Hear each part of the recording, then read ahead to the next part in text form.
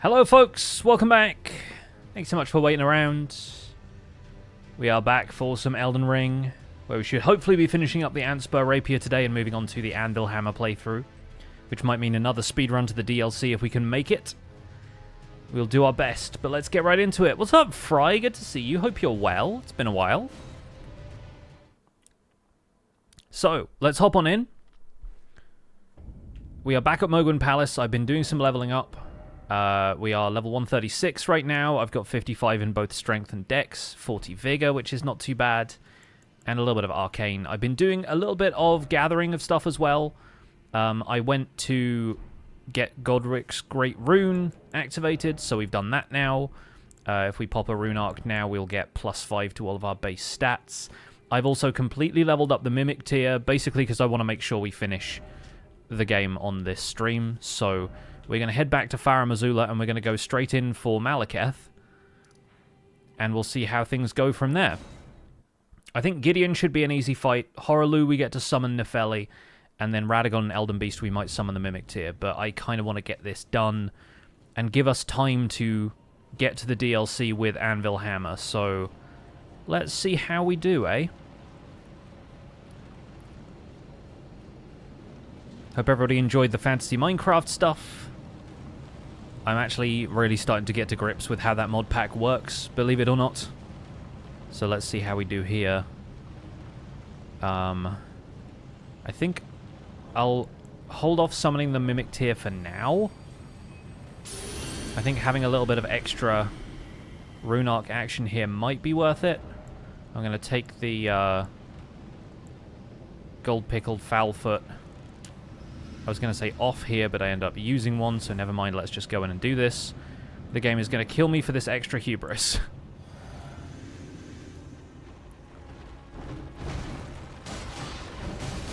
I think I also need to just get a little bit more used to doing single attacks with the Antspur Rapier instead of always relying on the L1 combo. And now I need to get back into the rhythm of fighting this guy.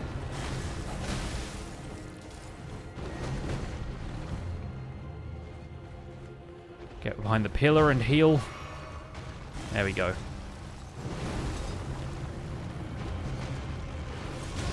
Oh, he hit me with that one that time.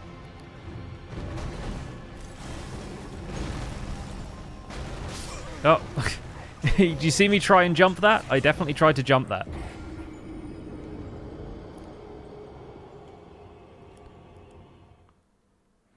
Again, that's what I get for popping a gold pickled foulfoot and a great rune.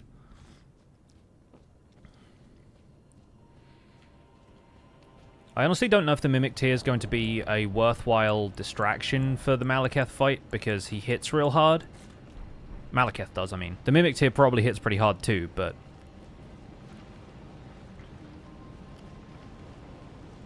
we'll see if we get to Phase 2 of Maliketh, and then maybe. But even then, the damage over time effect is really harsh on summons. Hey, Kitsuki, yes, we're back. We're back for a little bit of Elden Ring.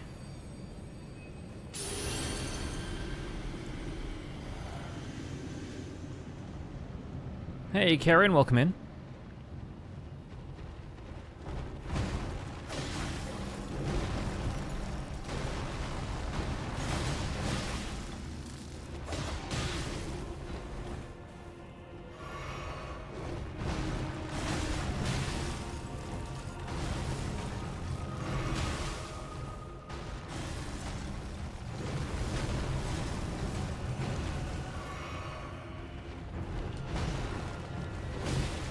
Yeah, really got to get back into the rhythm of this fight. Ow. You haven't...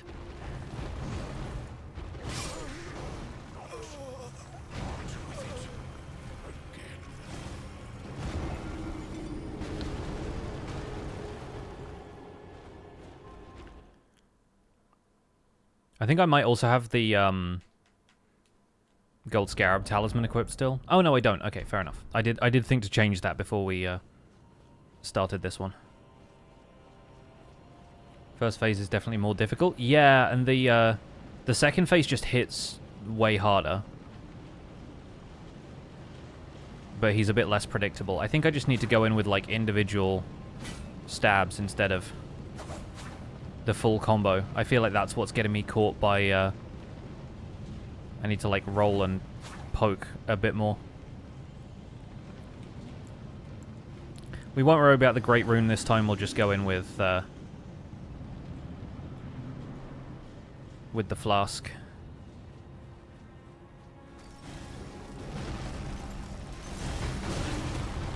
Okay, that one he just hit me with his hand.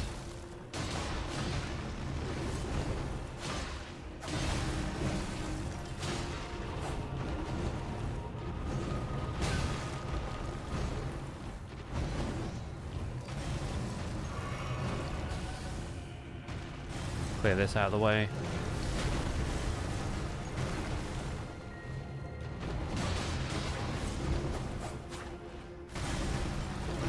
Ow.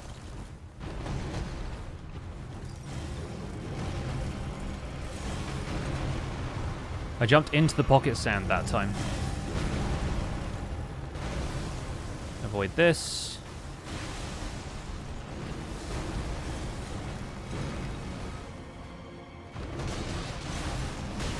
Okay, cool. We got a couple of hits in there.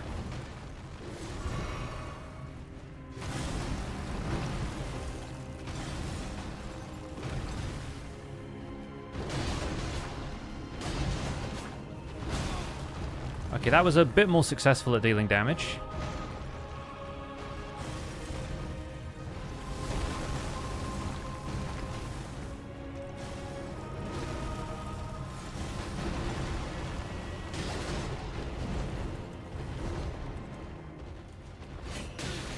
Ow. I was going to say, that should get him to phase 2, though. And then at this point, we need to go behind him a lot more. Oh! I misremembered the button I had the Mimic Tear bound to.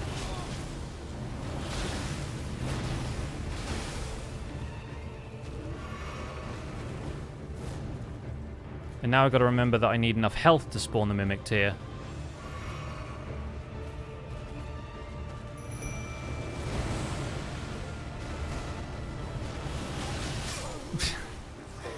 And it's not going to help if the Mimic Tear's there and I'm not, so... a bit clumsy that time.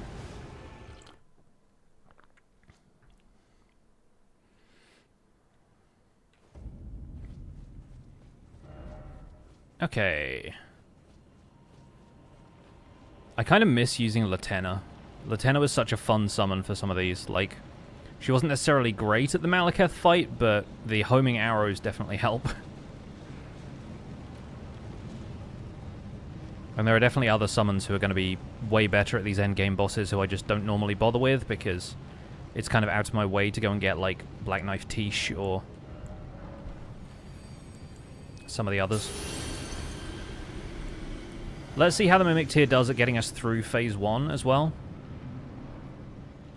Obviously he's going to run at me here first, so I need to be ready to dodge. Ready to get off the bridge and heal. There we go.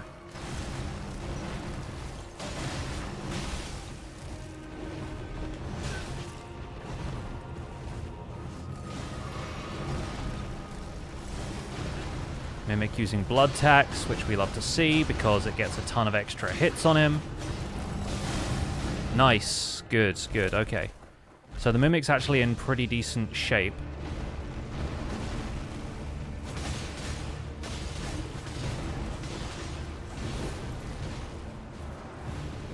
Also draws Maliketh's fire when it comes to these heavier attacks, which is pretty helpful. Ah. Better heal this. And then I can be behind him when it comes to that attack.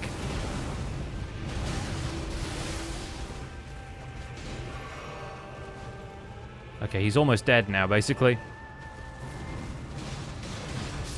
Nice. Mimic Tear carry.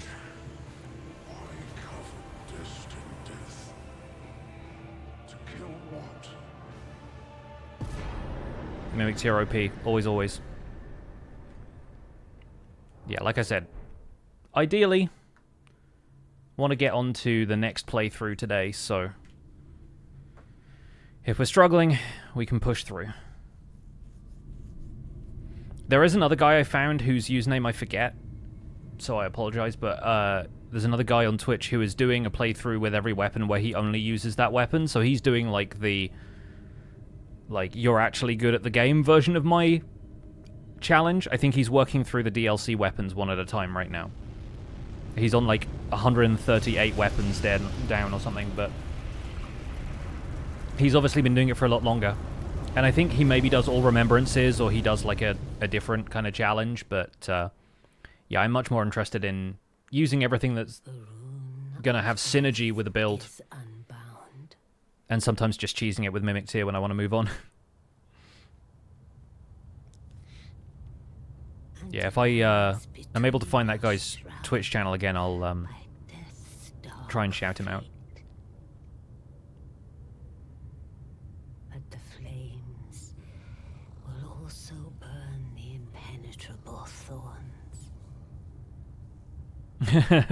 The guy in the middle being like, "Why you burn the earth tree?"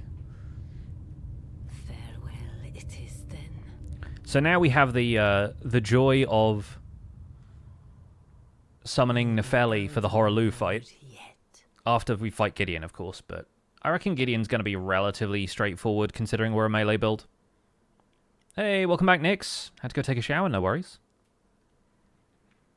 We are on our final boss rush with Antspur Rapier, who can now level up a couple of times, actually. Well, maybe once. I guess I could crush this, too. I always forget, actually, that Maliketh's Black Blade's Ash of War is actually like a spell you can learn. It's like an incantation. Or an Ash of War instead of yeah, I think I'm putting these into Vigor, to be quite honest with you. Instead of the weapon art that he has from the weapon itself, I think you can get it on a weapon, or you can use it as like an incantation. It's time for the man who knew you'd come, I know, right?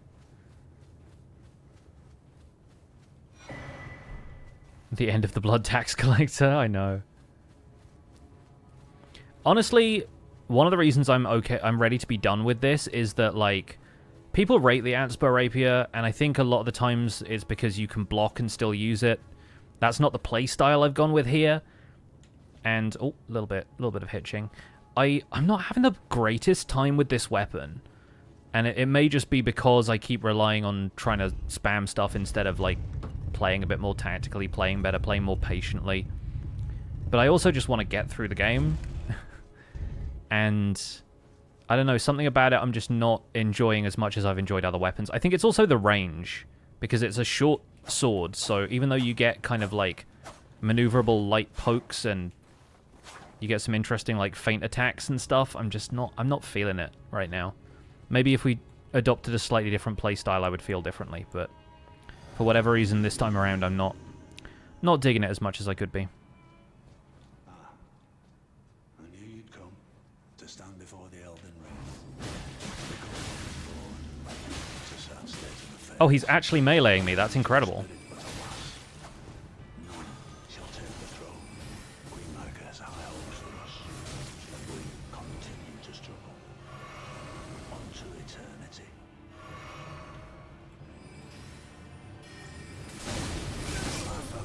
Oh, he absolutely comboed me there.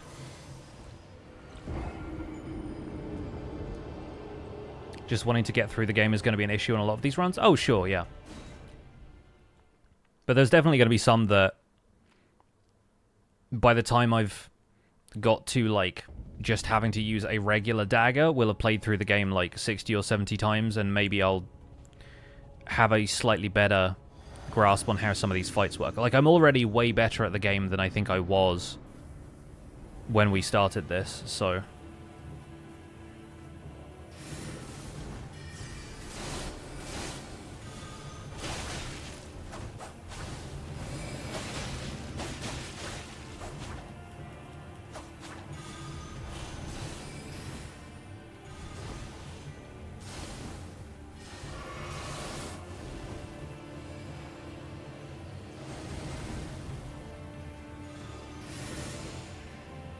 Always be strafing this guy. Oh, okay. Yeah,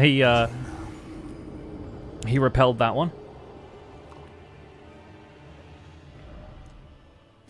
Trying to think about logistics of having to use 2 Radagon's weapons. It's going to be long? Yeah, probably. But, like, at this point, with the DLC having been out for a little while, people have already found some ways of basically cheesing the Radagon fight. As they do with a lot of the more difficult fights in this game. So I think we'll manage.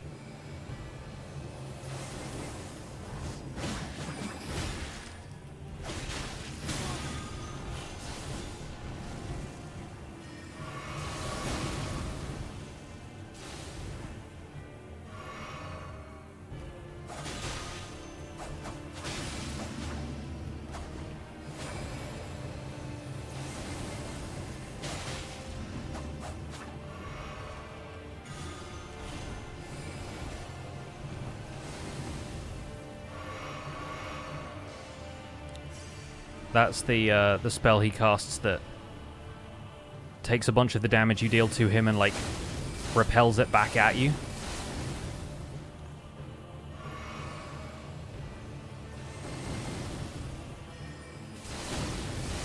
Ow. Thought well until now. Do I do New Game Plus with every run? No.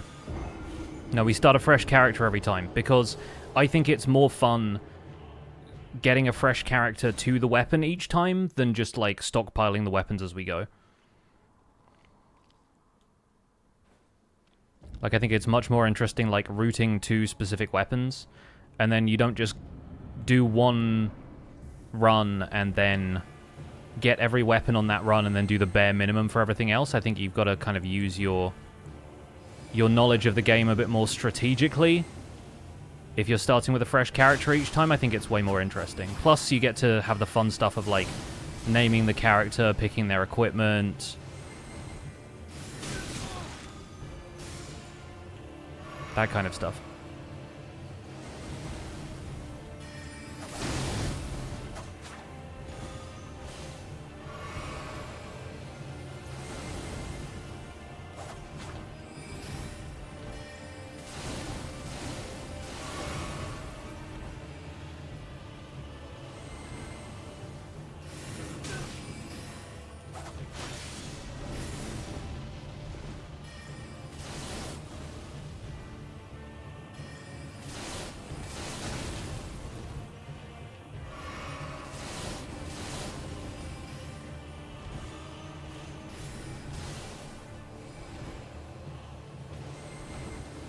Wasn't even aiming at me that time.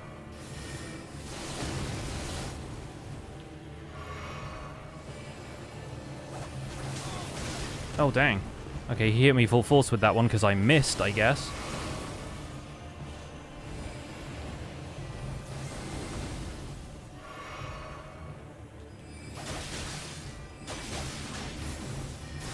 There it goes. Managed to avoid it dealing any serious damage that time. And now he casts it again. Yeah, it gathers up a certain amount of the damage you do, and it just kind of explodes.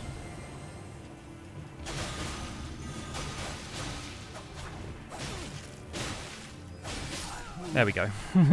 Just needed to get a decent combo on him where he wasn't going to, like, roll away.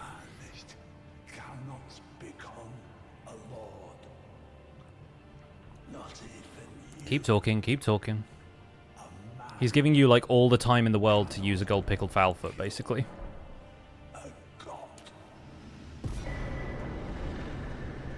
He doesn't even drop that many runes.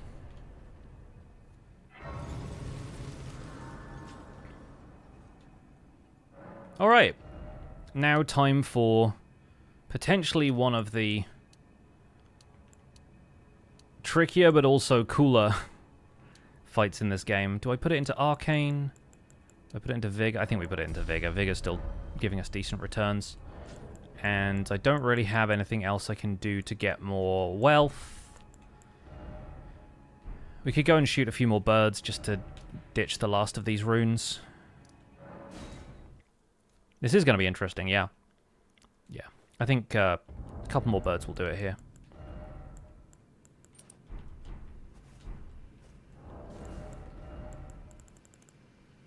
And let's quickly equip the longbow.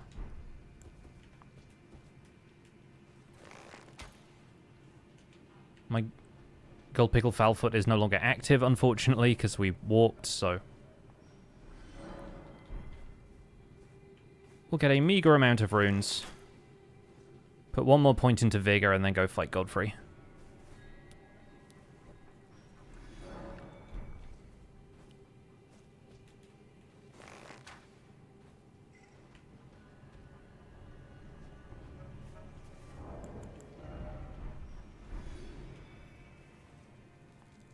What does the Picklefoot do? It increases the amount of runes you get from killing stuff.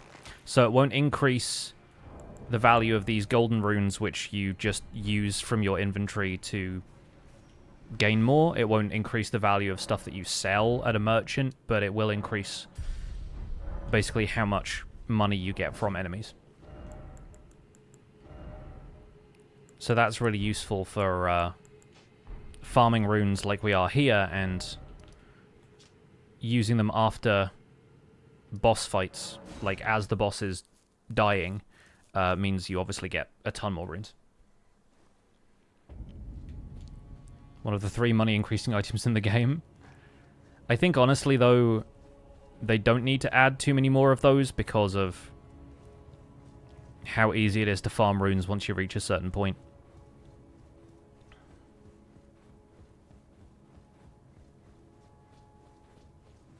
Hey, what's up? Welcome in. Good to see folks showing up for the Elden Ring streams. We are on the final couple of bosses of the Antspur Rapier run. We're about to summon Nefeli Loux for the fight with Godfrey. So somebody else gets to be powerbombed for once. I'm going to pop a rune arc for this one. We'll see how this goes. We've got 10 left. And we've got the Mimic tier in case we need it.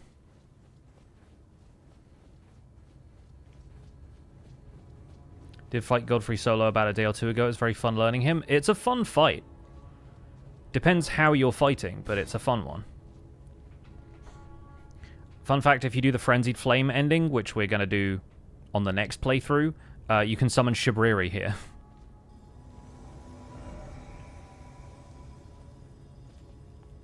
So let's do this. One more cutscene for the road.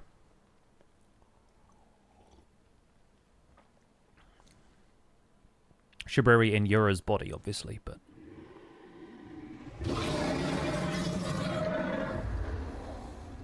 It's been a long while, Morgoth. Yes, the Chaos emote's very accurate. You're going to be using that one a lot on the next playthrough. Did a +0 run. Hoarah Loux took me so long to learn. Oh, yeah. No, like, the fight, I think, is... Long and hard didst thou fight. Is definitely feasible, but you have to be so patient, and patience is a thing I lack when it comes to this game. My playstyle, whenever it comes to any kind of, like, combat style game, is often, like, hard and fast, impatient. Either get tanky and get up in people's faces, or get, like, really high DPS so you don't have to worry about how long you're up in people's faces. That's why my favorite way of playing this was the Spiked Cestus for a long time. Honestly, though, I think the Ancient Meteorical Greatsword run was my favorite that we've done so far. To be granted audience once more. We'll see how I feel about the Anvil Hammer.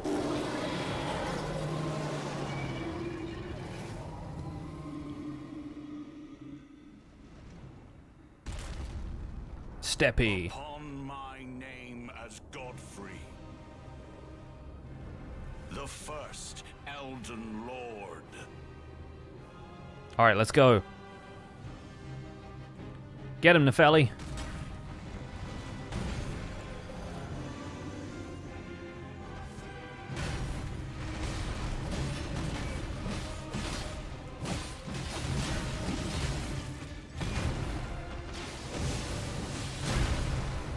Alright, she's over there, so... Oh!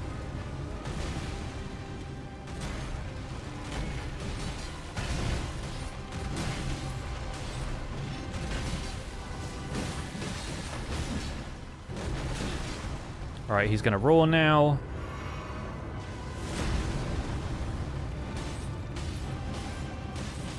Man, he gets a huge buff to defense when he does that. I didn't realize.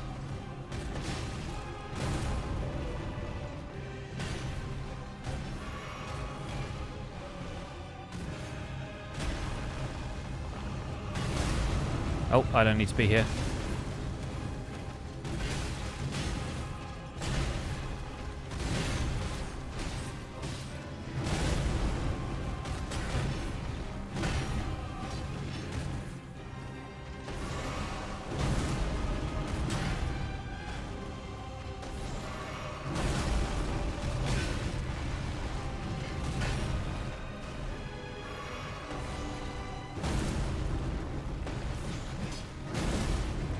He also, I think, has a bit more health because there's two of us in this fight.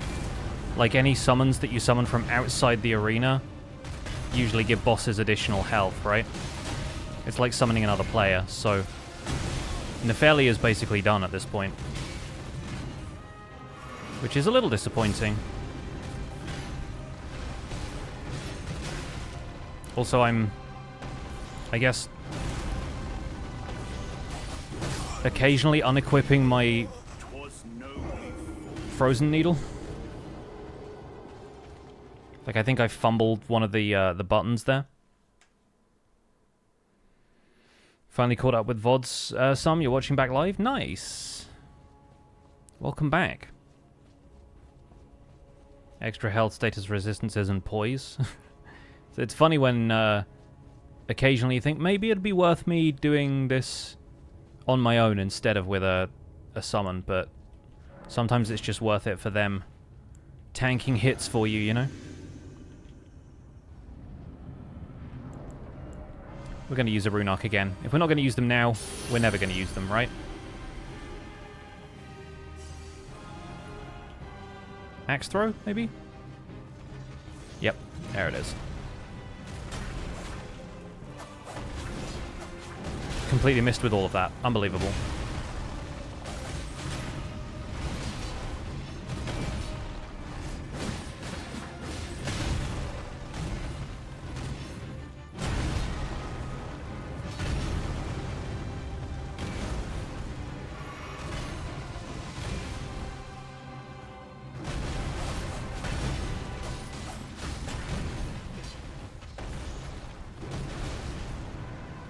Get him, Nefeli.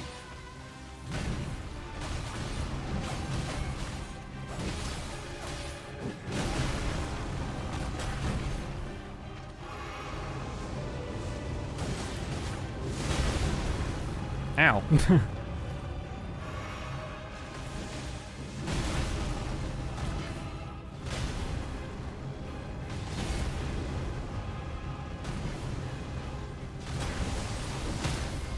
Yes. Okay, Nefeli got the stagger. Fair play.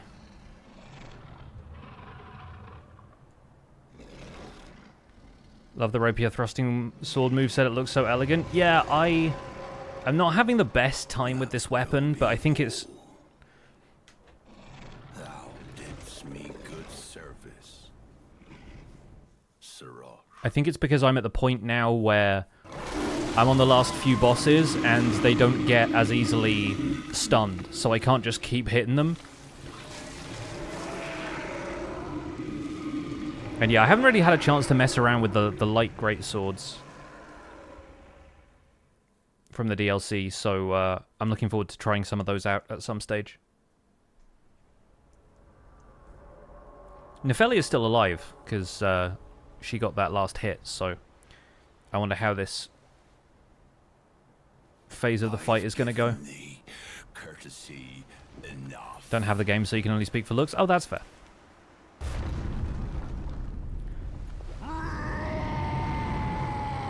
Now he stomps with the other foot.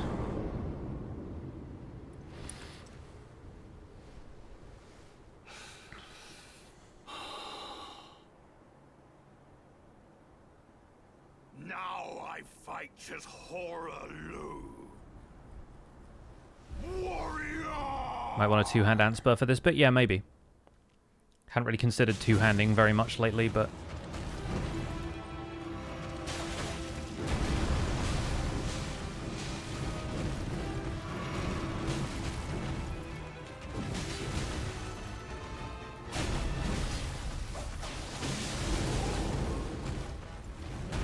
Having Nepheli for a bit, definitely quite fun. Oh, I forgot about this attack.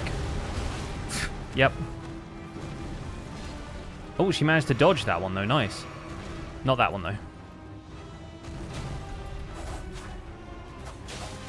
I never know when his grab animation finishes, because I'm usually the one getting grabbed, so that kind of sucks.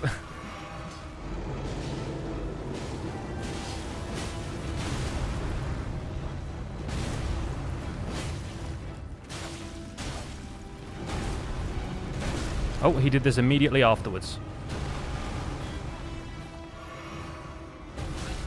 Oh, and I was forgetting about the stomps as well. Looks like Nepheli's got him on the ropes, though. Nice. Me and Nepheli, we did it. Vengeance for Nepheli. Let's go. Oh, she's avoiding my gaze, I guess. Bye, Nepheli. Thanks for the help. Crushed it. Probably the quickest we've managed to take down Godfrey, but obviously we had a lot of help with that one. So, one more for Vigor. If we pop Hoarah Loux's Remembrance, we might actually have almost enough. So we've got enough to crush a few more here.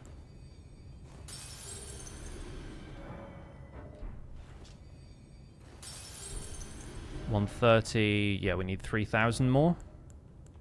So probably all 7 of those. Oh, that's a lot more. A lot more than I expected. My maths is off today. Oh, those were Golden Rune 3s, not 2s. I was thinking they only got me 400. Right. So now, Radagon, probably with Mimic Tier. We'll do the fight legit first. Like, we'll just fight him solo first, but then I have a feeling this isn't going to go super well. We'll find out. The other thing, actually, is that he's immune to bleed, so we'll probably use a different talisman for this. But I don't know what. Maybe Ritual Sword? Maybe we'll try that. He's not immune to Scarlet Rot, but he is immune to bleed. And neither really affects Elden Beast, so... We could also, at this point, change the Ash of War on Antspur Rapier to... or the affinity, rather, to Poison, because he does take Poison status, but I also don't know if that's going to take effect in this fight. We'll see. You don't know, it might be first try. I have a feeling that, once again... If I end up using the L1, which I'd like to, because that's the whole point of the build I have, is power stancing this rapier, I think he's going to catch me with a few too many follow-up attacks and counters.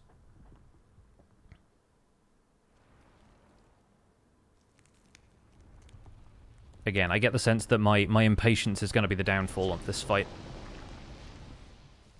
But we'll see. It is funny to me how much... the color palette of the whatever material that is inside of Radagon that's sort of illuminated in gold looks very similar to the light of the Frenzied Flame.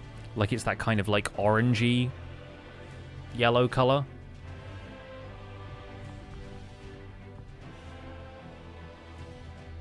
Like it looks a little bit like Madness somehow.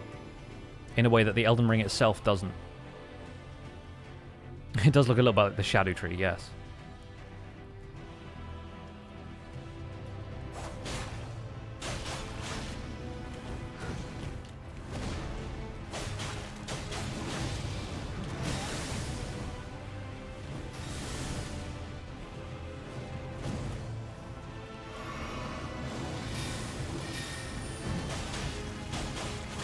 Okay. Alright. Not doing too badly here, then.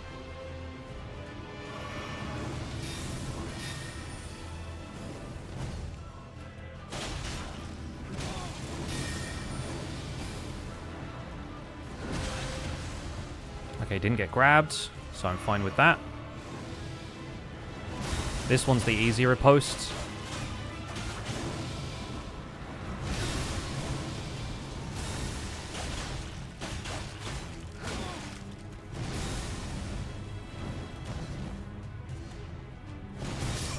Yeah, once again, getting a little impatient, but maybe we can do this without the Mimic.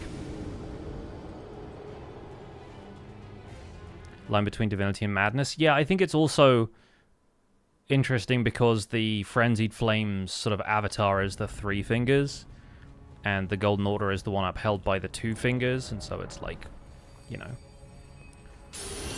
Were they part of the same hand at one point? I know there's a lot of debate about that whole theory, but yeah, it's kind of cool to think about. I think, honestly, if we open with something like Blood Tax... Oh, sorry, yeah, I hid the face cam for the cutscene.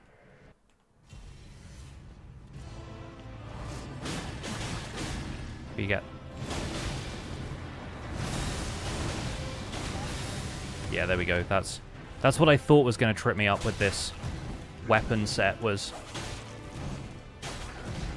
too many attacks where he has, like, a follow-up. But no, we're doing okay so far. We're putting a decent dent in him. Of course, he's starting to do the same to me, so should back this off just a little bit.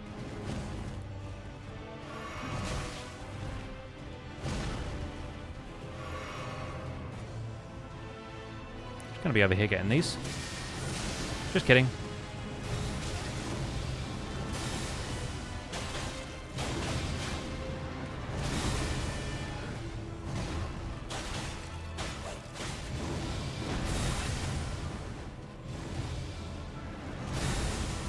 Now we need to heal.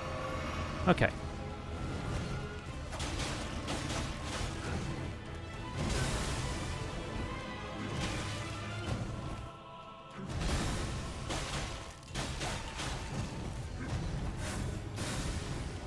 Okay, we got this now. Oh.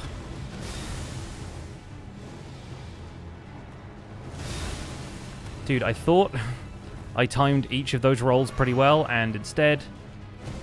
absolutely bowled it.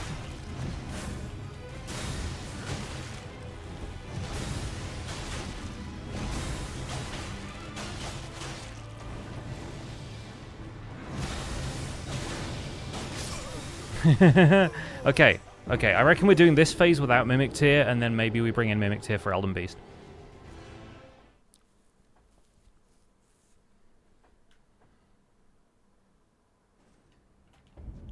Yeah, he is immune to bleed, but he isn't immune to frostbite, scarlet rot, or poison, so we can keep blood tax on here because it just does like 4 quick stabs, and that's good for building up status, but we can change the affinity to poison, does nothing to stats, just causes poison buildup instead of blood loss buildup.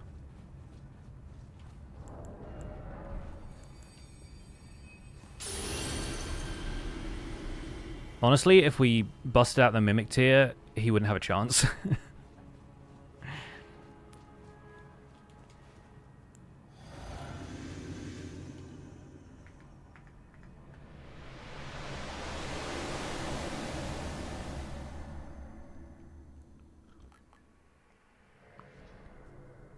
Alright, here we go.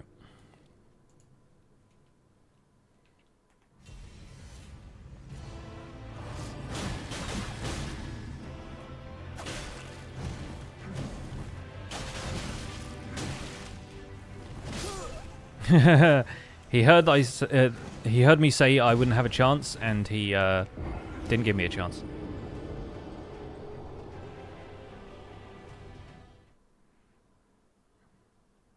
I got caught up in there thinking, shouldn't I be one-handing Antspur Rapier if I'm using that attack just for the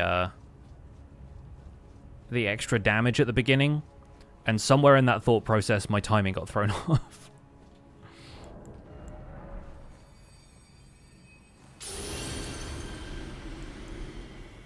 It's usually stuff like that and, like, being like, wait a minute, did I use the physic flask? Did I cover this right?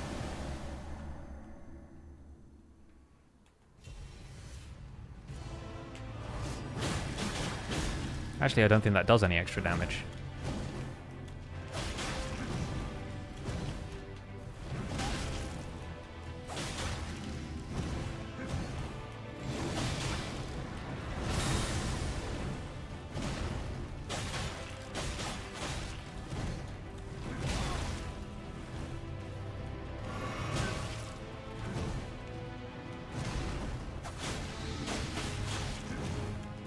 Okay, we got the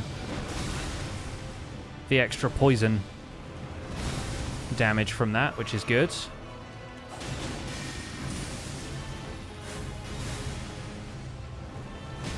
Ow.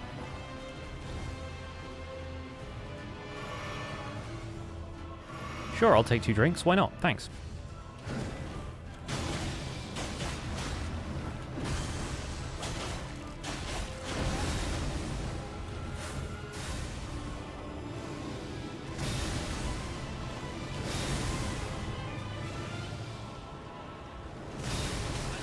Oh, I thought I rolled that one perfectly, but I guess not, right? Come on, bud.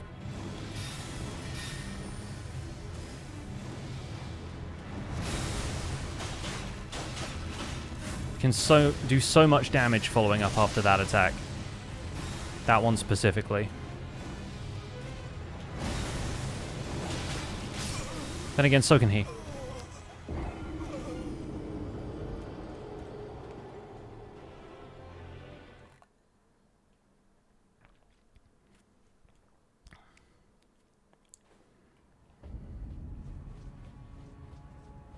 Alright. So now we know that there's no point in two-handing for blood tax.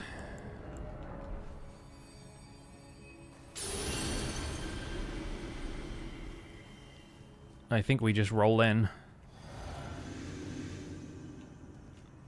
We roll in combo.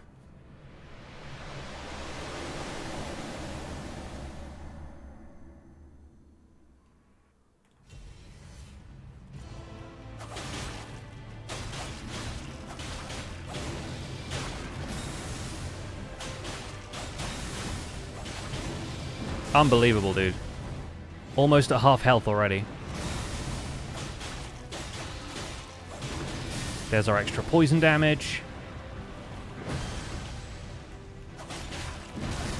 Okay, that time he baited me in slightly.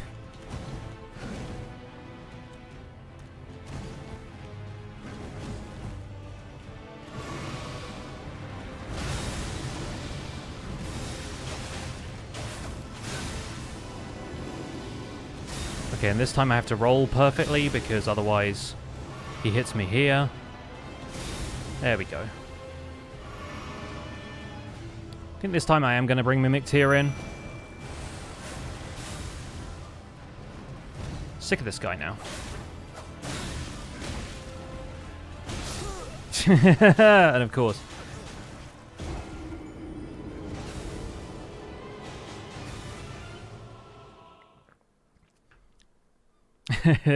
You took a second run up at that, Ginger. Some pre-on totes. I mean, we know one guy in this game who's a big fan of prawn toast. Properly cleave through him at the beginning? Yeah, that's a decent strategy, I think. We just got to find a good opening to bring out Mimic Tear where he's not going to, like, follow up and immediately smack me down.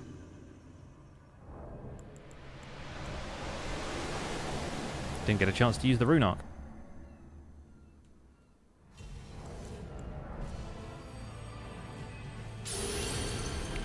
Popping one at the start of the fight means we don't have as much opening to do a ton of damage, but he'll give me that here.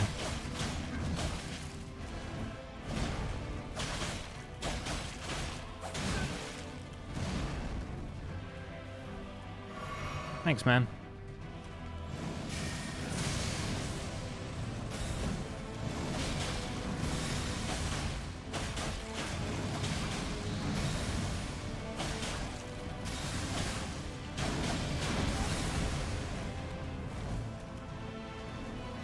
This one's going to be easy follow-up.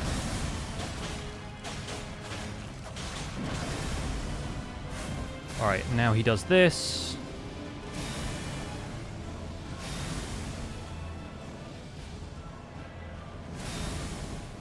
Cool. Well, oh. I forgot what the hotkey I'd set up was. Or the pouch combo.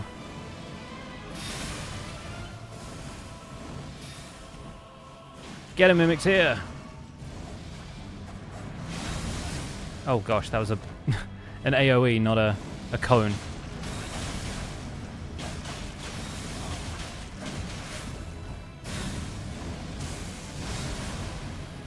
He's taking poison damage now, though, so...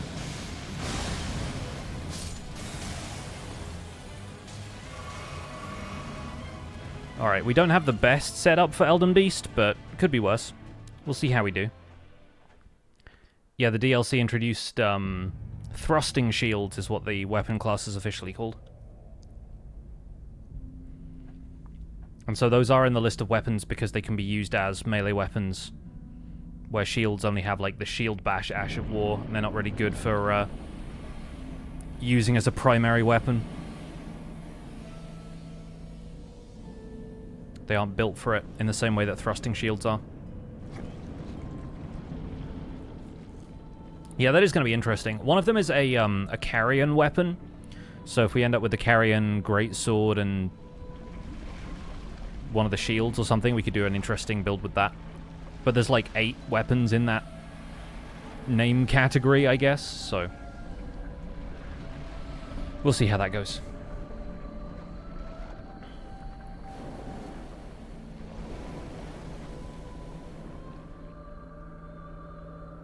Hey, Frago, welcome in. You've joined us at exactly the right time. This is our first attempt at Elden Beast on the Antspur Rapier run. We have the Mimic tier going on. We have a few health flasks left. And it's time to see if we can melt this beast. What you can't see in this shot is the Mimic tier just off camera. So let's do it.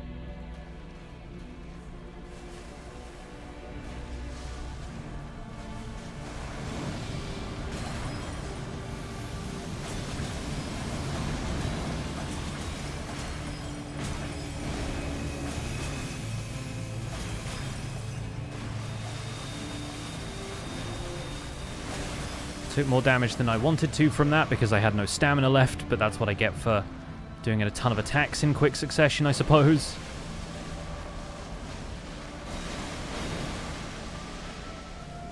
I think we might have just skipped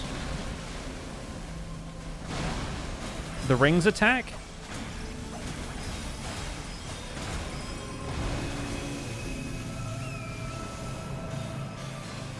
Oh, that's going after the Mimics here, not me. Okay. Interesting.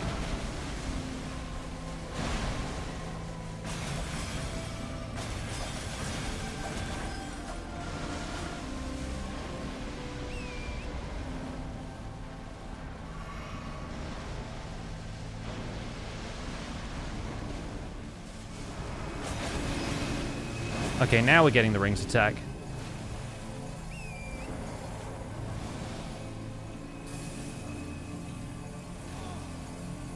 Oh, is that... Mimic tier is getting all the heat right now, and obviously that's the point, so good, but... Also feels kind of silly when I'm the one with the horse.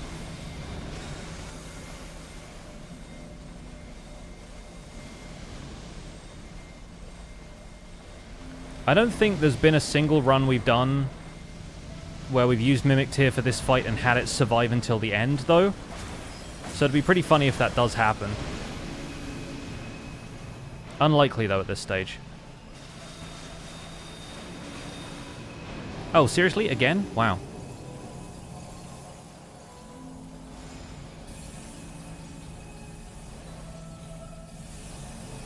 Yeah, definitely unlikely at this stage.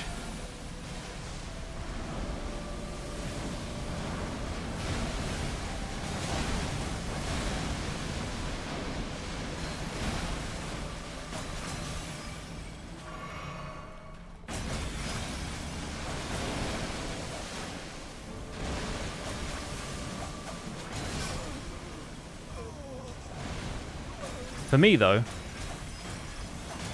that's not bad. That was not bad. Okay, I take it back. This weapon is decent. I was going to end this run being like, you know what, I don't really like the Antspur Rapier all that much, but it's pretty decent. The power stancing thing, I think if you've got a boss that will just sit there and take hits like Elden Beast does, then obviously we've got Mimic Tear there as a distraction, so that was a bit cheesy, but I reckon it served its purpose there.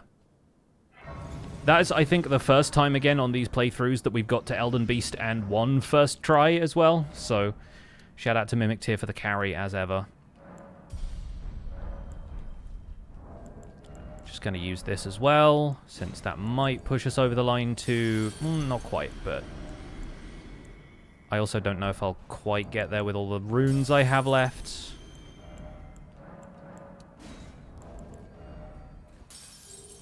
Oh, so close! We've got like 1,070 runes. I don't think there's anything else I can do to give me more runes at this stage, but anyway. I just wanted to do it for the final, like, rounding up of all of our stats. There is a grace in there, yeah. There is a grace in there.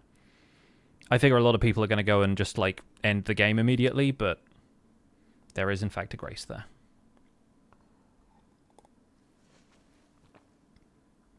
So once again, as we often do, we're going to mend the Elden Ring. Next playthrough is going to be very different in terms of ending. We've already done Rani's ending once with Alabaster Lord, I think. With the Alabaster Lord's sword. Because we were in the Lake of Rot, so why wouldn't we just go that extra step further? I feel like the next run with Frenzied Flame is going to be really fun. And then from there, who knows? Question from someone who knows basically nothing about Elden Ring. Why do you consider Mimic Tear cheaty? The general, like, Souls community thing about this game, there are obviously people who are like, play however you want. Use all of the tools at your disposal in this game. Fallen leaves tell a story. But what the summons in general and the Mimic Tear specifically do is kind of trivialize boss fights by A, giving them another target, and B, you know, with the Mimic Tear you're basically cloning yourself as an NPC. So whatever, like, empowers your setup empowers the Mimic Tear as well. So you can really stack the odds in your favor. Our seed will look back upon us and recall an age of fracture. There he is. Antspur Rapier, Elden Lord. And it's time to move on with another speedrun to the DLC. So let's see if we can remember how to do this. This is very Fracture Core, Ollie, yes. It really is. Okay, we did it. George R. R. Martin, GG, congratulations. I think I'll go and sell, like, one item at Hugh's Blacksmith so that I can level up one more time with the amount of runes we have.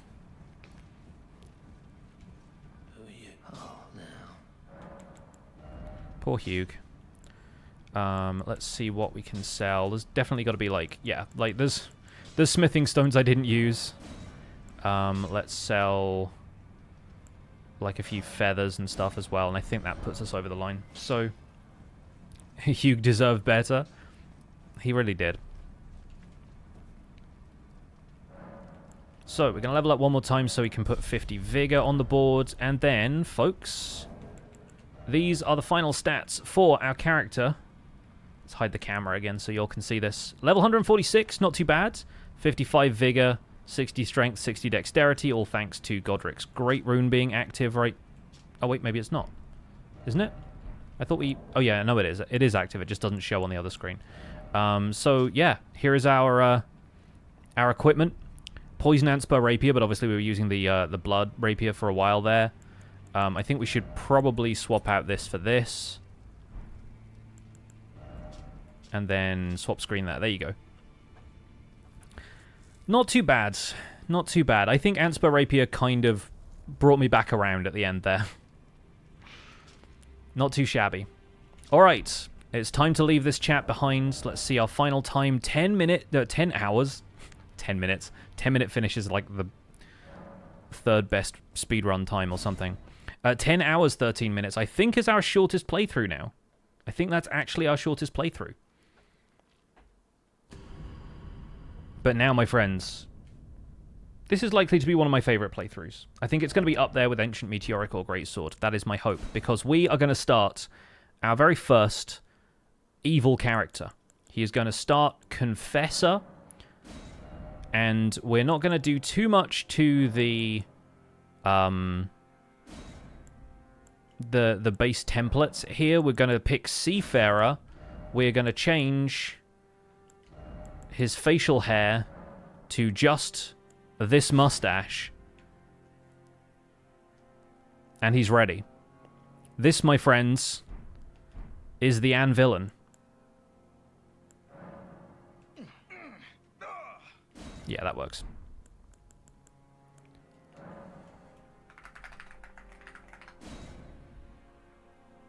Alright, the Anvillain. We're going for the DLC. And we're going for the Anvil Hammer. Mustache immediately makes him look sus. There you go. Alright, here's the bouncy ball. Sing along if you know the words. The fallen leaves tell a story.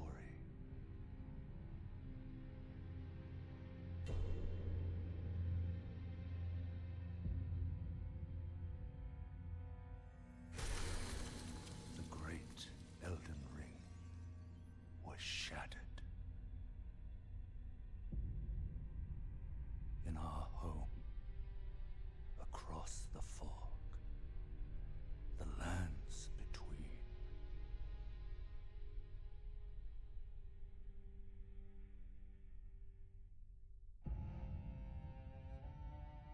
Now, Queen Marika the Eternal is nowhere to be found. And in the night of the Black Knives, Godwyn the Golden was first to perish. Soon, Marika's offspring, demigods all, claimed the shards of the Elden Ring.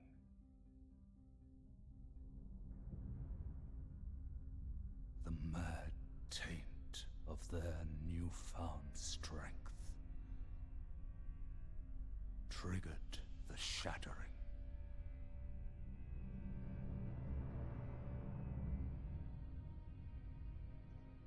A war from which no lord arose. A war leading to abandonment by the greater will. Oh, rise now, ye tarnished, ye dead who yet live. The call of long-lost grace speaks to us all.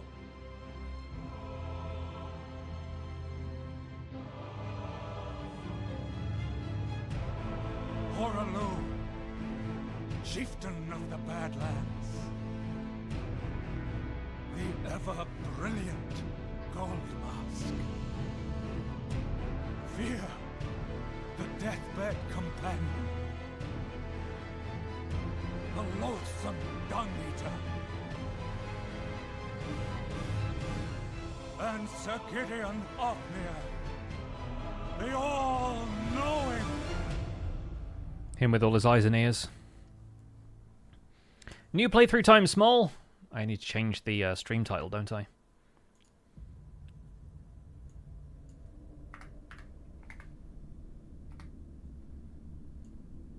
And one other, whom grace would again bless. A tarnished of no renown.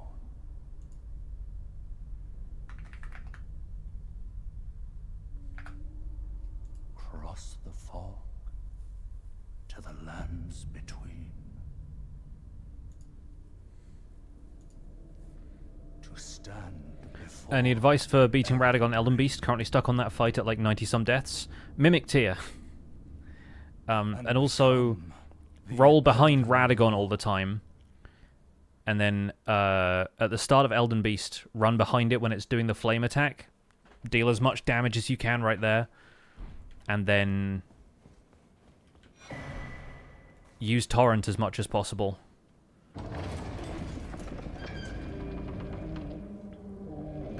Meet some random guy. He's going to raise the lands between. Yep, sure is. Sure is. So, the Anvil has one very specific goal, and it's to get to the DLC, in much the same way as we did for the Ansbach's Bow playthrough, where we're going to be speedrunning it. We're starting with a slightly different character class, but we should be able to approach it in much the same way. We just need to get hold of a couple of different things. We're going to be skipping the Grafted Scion fight because it bores me at this point. Been using Mimic Tear, but I'll definitely try Torrent more. Yeah, if you're getting to Elden Beast, you are doing well. I think it's just about getting as comfortable as you can with the Radagon fight so that you don't use up all of your health flasks before reaching Elden Beast, which I know is kind of challenging, but it's all part of the challenge, really. I'm going to take the hood off so we can see this guy's face, because I really like this guy's face. The standard, like, seafarer, what would you call it? Like, the seafarer character template, I think looks really compelling. Like, the hair and everything. Even the hair color. He looks villainous to me. I like that a lot. The one who would be Elden Lord, why is he jumping off a cliff? Got places to be, man. Places to be, people to see. So, as always, we're going to start by talking to Vare. I read somewhere that you don't need to talk to Vare in order for his quest to activate later on, but it makes sense. We're just going to spam through his dialogue anyway. Are you familiar? You may all that. It will leave even if. Ask myself, I'm stuck at Hoarah Loux. Yeah, with the Dragon Fist, it's got to be an interesting fight. It's another one that I'm looking forward to pairing together with some stuff that's going to make it a little easier.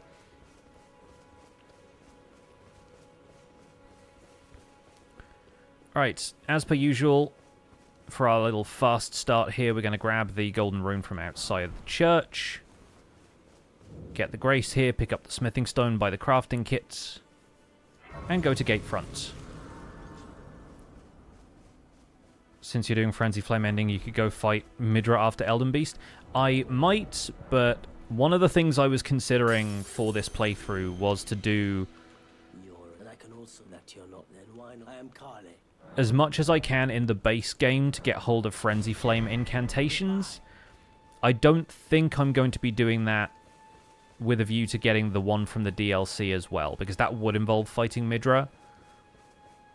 And the Midra fight is cool, but it just involves a lot of getting there. And I'm also going to be doing that whole section with Zloy XP when we do the Astrologer's Staff playthrough, so I don't know for certain if I'm gonna bother with Midra. We'll see. So we're gathering root resin. We're going to do the same thing we did in the Samurai start for this approach, where we are going to be gathering the material for crafting blood grease, because we're going to be using Bloodhound's Fang. We need to pay a little bit more attention to our stats, because all the Samurai needs to do is level Dex to 20, I think, whereas with this we need to make sure that our starting stats get leveled to 17 Dexterity and 16 Strength, I believe. This is still using Soul Obsession's method of getting to the DLC quickly. It's adapted for a different character class. And while this cutscene plays, I'm going to bring up the Google Doc that shows me the steps for this, because I want to make sure I go through this without missing anything.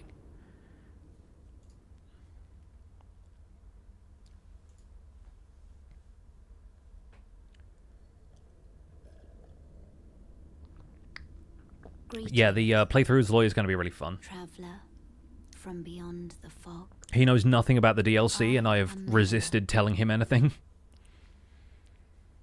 I mean, chat's probably going to spoil some stuff, because people do that with this game, but you know.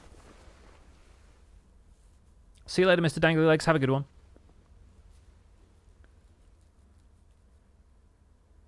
Yeah, he is going to love it. I offer you an accord. He's going to both love and hate it, I think. Have you heard? Hey, sir, but you. I can play turning to aid you. You need own to the foot. Then All right, as usual, we accept the accord. We get the spectral steed whistle. Treat him with. We can't really do much else right now. We're going to go get the map. Excuse me, fella.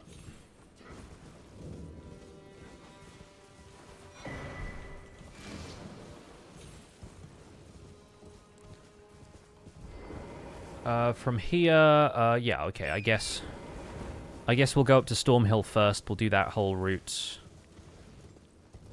We don't need to worry about the wet blade this time around because the Anvil Hammer is a somber weapon. That's gonna get us the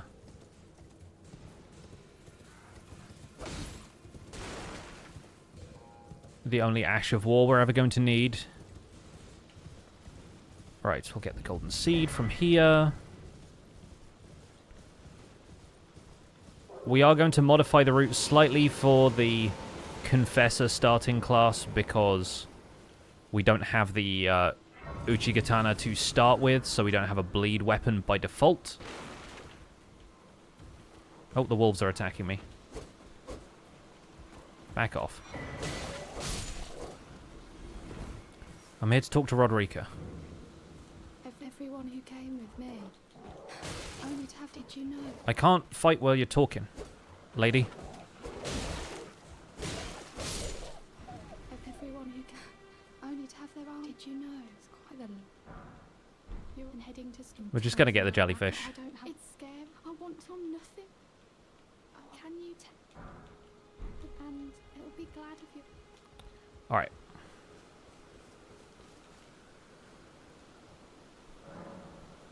So, for flasks, we're quickly going to add 2. Not going to worry about talking to Melina. We're going to continue up the hill to grab the Wild Strikes Ash of War.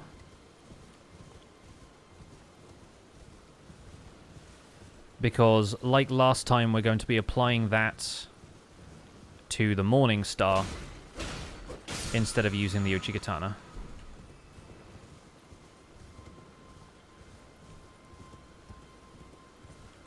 I'll grab this for the golden rune.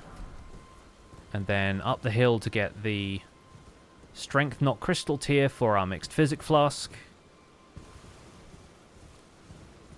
Yeah, we're not going to be getting the Uchigatana from the Catacombs because it's sort of out of the way, even though it's relatively quick to get. We're going to be going to Castle Morn anyway at some stage because we need to do Edgar's questline and Irina's questline to unlock Hyetta. And we need to complete Hyetta's questline because I want to get hold of the Frenzy Flame seal. We'll grab the Grace here at Warmaster's Shack. This is where we're going to be getting the root resin that we'll need a little bit later on. But for now, we can return to Church of LA to meet Rani, who we're not going to be interacting with much the rest of the time, but it's nice to have the summoning bell this early. This way, tarnished. A pleasure I am the will. I'd heard tend upon the talk, thou art possessed to call forth the... I can call the spectral steed. I was entrusted by torrents. 'Tis the best summon them, the spirits will have been. Now it is that. Forgive, I doubt we... How long will before the time? Alright, cool. All done with that, we're going to warp to the first step and jump off to get the gold pickled Foulfoot.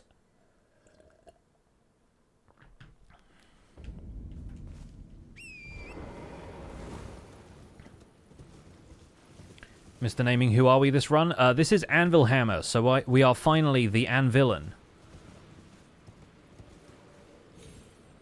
This is the run I've been talking about for the last couple of attempts because I've been excited about this one. Not only is it a fun DLC weapon, it's also Frenzied Flame for the first time, and I just thought the character name was really funny, so... It's also going to be a bit of fun just to mess with NPCs, because aside from the Frenzied Flame stuff, we don't really care about many of the other quest lines that are going on, so we can just be as rude as possible to everybody. Hurrah!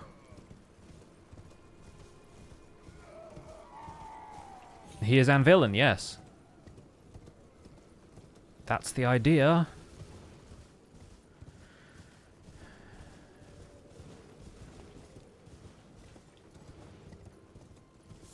So we're going to get the Grace here. Gonna briefly talk to Yura just because of the significance of him showing up later as Shabriri. You do well to stay, so stay clear of the... Oh. There's my whistle. Lost it in my back pocket there for a second. So across here to the site of Grace. Agil Lake South. We'll be warping back here later. On one run, you annoyed Rani when she asked about Torrent. Yeah.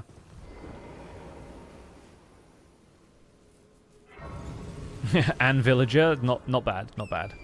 We could have done that. I suppose we could have done that. Right, so we're going to swing north. We're going to head up towards this whole situation.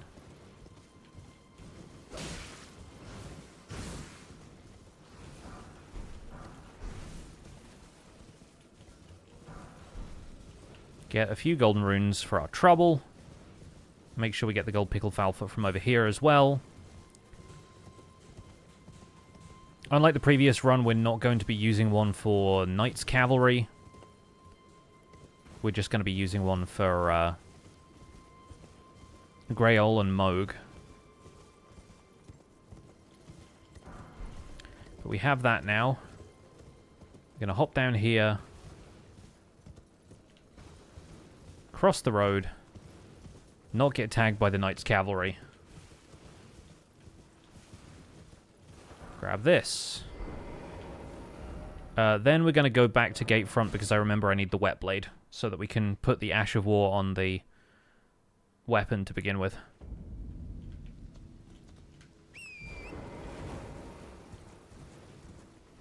But that's a nice easy parkour through the camp.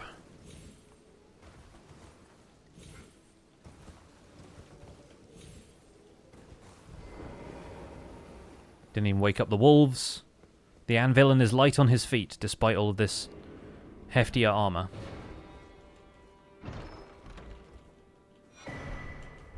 Okay, now we're going to head back to Agil Lake South. We're going to head down to Fort Height, so that we can get hold of some blood roses.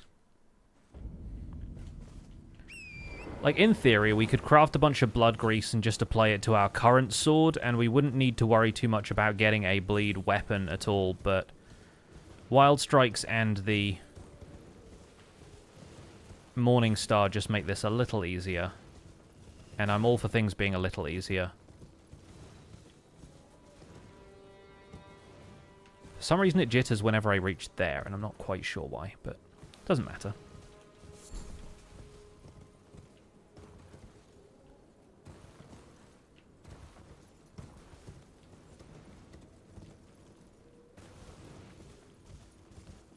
Quick run through the graveyard here for a few more golden runes.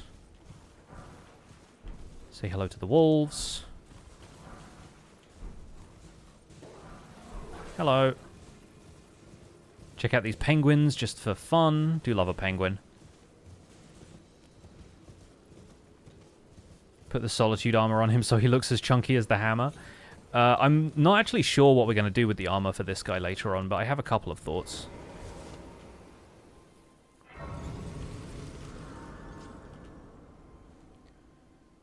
Just going to rest here real fast and then head up to Fort Height. We're going to do the same thing I've done on previous runs where we go back through the Mistwood so we can hear Blythe howling. Go and see Carle and then summon Blythe for the Darrowell fight.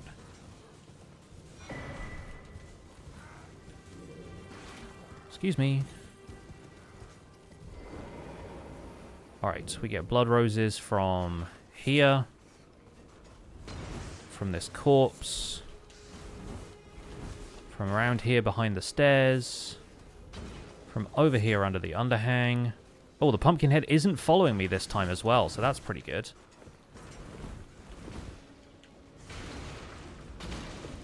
We avoid getting blown up.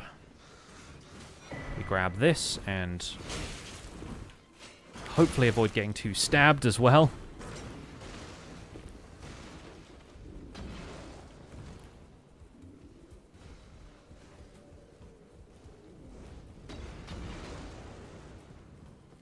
Run around that guy, start climbing ladders.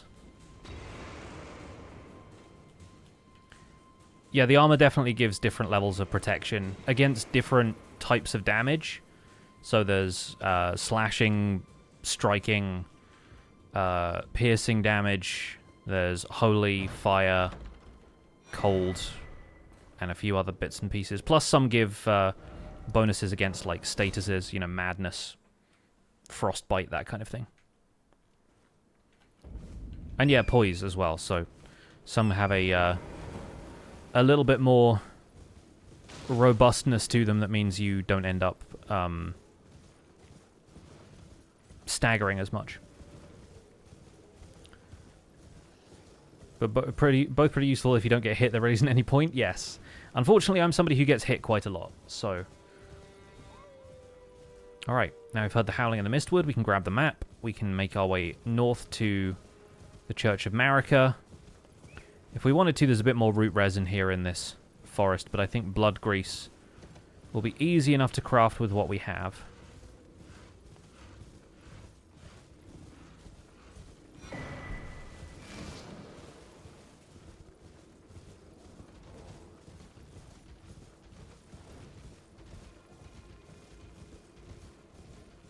And at the Church of Marika, we get ourselves the mixed physic flask.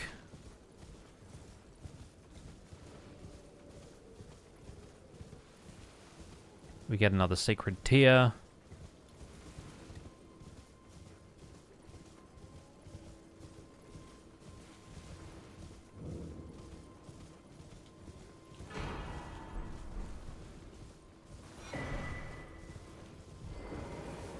We grab this grace.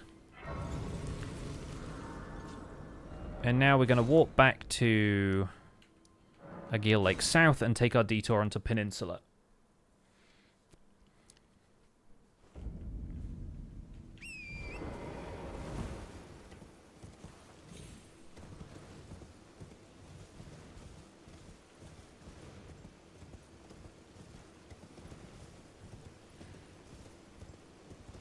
Can evade fairly well. I like to be aggressive, which is not conducive to armorless runs. Yeah.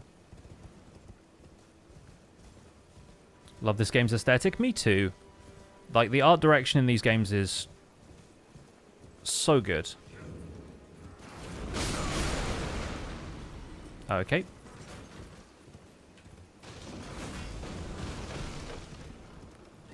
That sort of helped, I guess. We are getting a few extra runes right now from the current weather condition, which is interesting. Okay, for now we are going to be ignoring Arena. But I have tested this, and I'm fairly certain that we can get all the way into the DLC, come back and still do the Castle Morn quest in full, so that should be fine. We're going to grab this. Oh. There we go. Now we've grabbed it. Might also get the regular smithing stones, but we probably won't be using a weapon that's upgraded using regular smithing stones, so...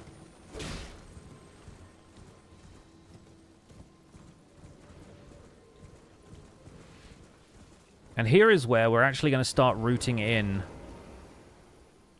a couple of things for later. First of all, I'm heading up here.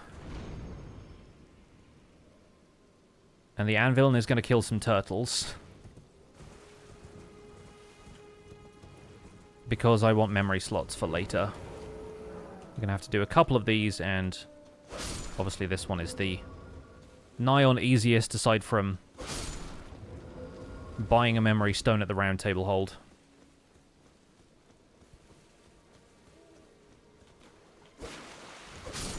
There he is.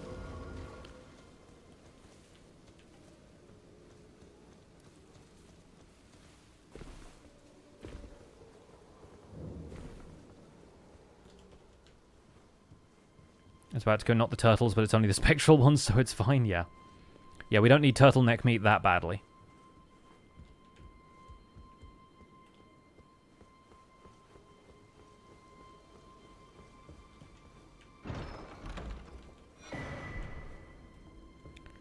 Okay, now we've taken care of that.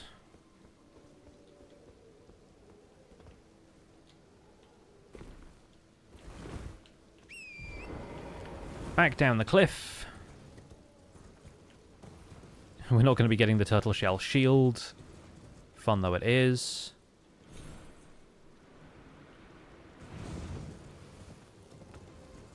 We run behind the Knight's Cavalry and we head up to the Ailing Village, where we get both the Sacred Tear and the Flame of Frenzy incantation. And this is where our dalliance with the Flame of Frenzy truly begins.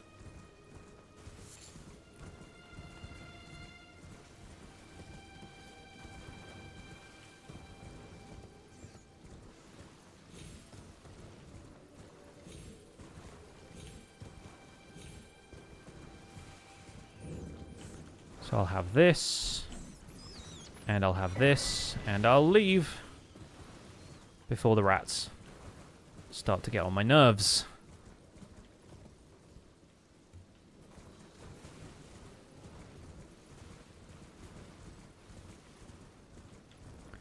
Then we'll go through this gap over here so I can grab another golden seed, and we'll be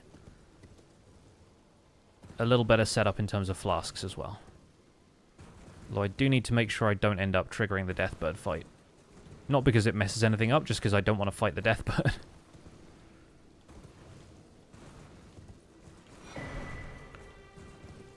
While we're here, we might as well ride back via this to get hold of the map for Weeping Peninsula.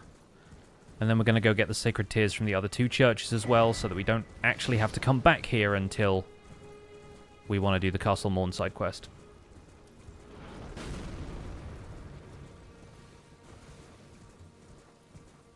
Don't mind me, I'm no one.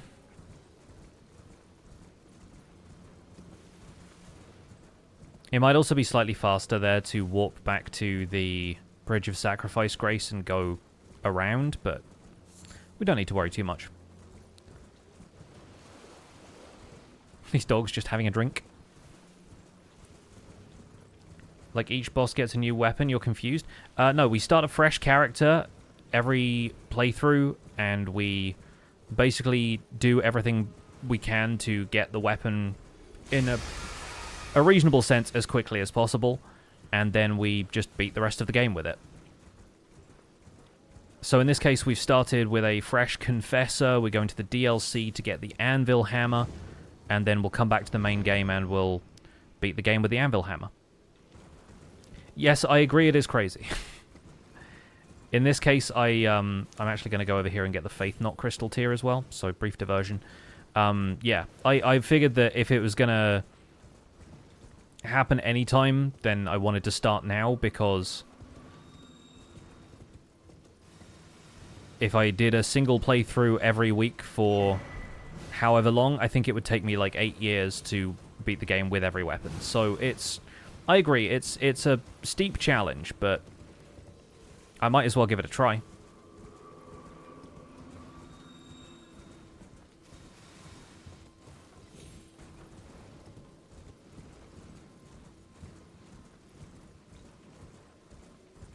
But we've already played through with 7 weapons. This is our 8th. Best of luck to you, that's an insane challenge. Yeah, I mean, it's going to be fun. The whole point, really, was that I felt like I'd only really ever played through this game with a couple of weapons. And I want to try and gain an appreciation for playing in a few different styles. Also, if you start a fresh character every single time, then every playthrough ends up being different because you go to different areas, right? You either go for weapons that complement the main weapon for the run, or you go for armor that suits you better, or you go for specific talismans. And in some cases, there are weapons that you have to fight tricky optional bosses before you can even get hold of them. So, like, at some point, if we ever get that far, we're going to have to do Hand of Melania. So we'd have to fight Melania before we could even complete the playthrough, right? Interestingly enough, the other guy I found who's doing a similar challenge to this on Twitch, who's like 130-something weapons in, has a rule that if he can get to the weapon without fighting any optional bosses, and any like major bosses, then he does. And if he has to fight a major boss in order to get hold of the weapon, he does it in New Game Plus, which I think is an interesting condition.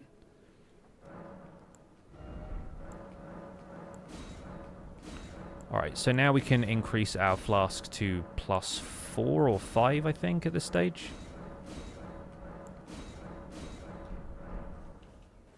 Yeah, +4. There we go. Alright, now we're off to Dragon Barrow. I think we've got everything else we need to do here, so let's grab the teleporter. When it's done, you need to make a video on this. I definitely have a YouTube channel. My main YouTube channel is a Minecraft thing, so I don't tend to put videos about too many other games on there. I might make an exception for this once we get further into the challenge, but all of the Twitch VODs end up on my VODs channel, so all of that stuff is going to end up there. Alright, we get the extra golden seed here. I'm going to grab the Grace down here because last time I tried to get this Scarab, the Vulgar Militia ended up interfering, and there isn't a convenient stake of Marika nearby, so I ended up struggling a little bit with getting the Somber Smithing Stone that's over here.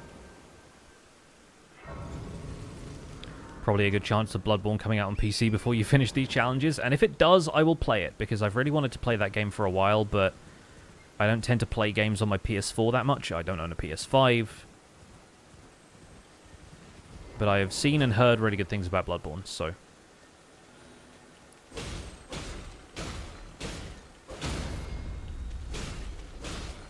yeah, this is where the militia comes over here and kills me, so glad I took the Grace.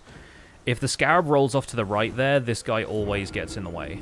But if it rolls off to the left and gets stuck on that piece of scenery, that's the ideal outcome. It's going to be a longer grind than even Netherite Beacon, though less repetitive. Oh, yeah. Yeah, it's going to be... you know, the Netherite Beacon took me, what, 4 months? This is going to take, like, years.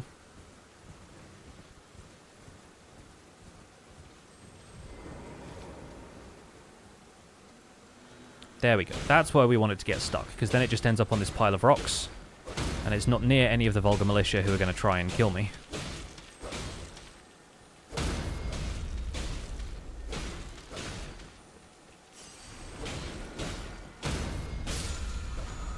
There we go. Alright.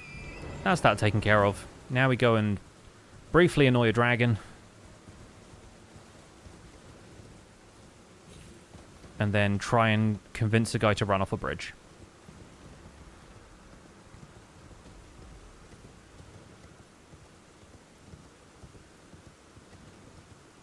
There are 408 weapons. That seems unnecessary. Amazingly, one of the reasons I wanted to do this challenge, actually, is that a lot of the weapons are quite different. They fall into certain categories, so a lot of them have, like, similar movesets and similar, you know, effects on, like, different types of bosses. But many of them have either elemental affinities that make them unique, they have weapon skills that make them unique, they have stat requirements where they scale differently with, like, some of your character's stats that make them unique. And I think that aspect of the game is compelling enough to want to try and use all of them and see which ones I'm like, actually, this weapon rules, why have I never used this before, you know? there an easier +9 near the Kaled Tower? Oh yeah, but I'll need to get multiple Somber Stones for this run anyway, because we're completely upgrading Bloodhound's Fang, and then we're going to go and To determine if you had upgrade the Anvil Hammer later. There is, but I can take gathering. So I will need both. We're going to pass the time until nightfall. Melina's no longer here, because she didn't want to wait that long. And now we're going to try and convince the Knights Cavalry to run off the bridge, which didn't go so well for us last time, but we'll see how it goes today.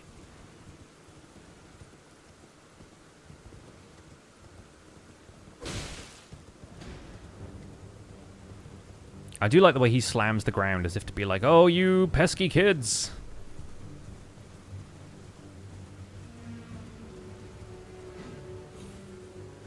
Alright, we run up here. We jump off the horse about there. He jumps off the bridge about here, although this is the problem, is when he gets stuck down there and just keeps running. Oh, there he is. Yeah. Alright, this is going to take a couple of tries. I long for the days where he just takes the bait and does it instantly. Which has happened to us, I think, once or twice before. Like, I think it happened on the last DLC speedrun we did, so I kind of wish that was the same case here, but no worries.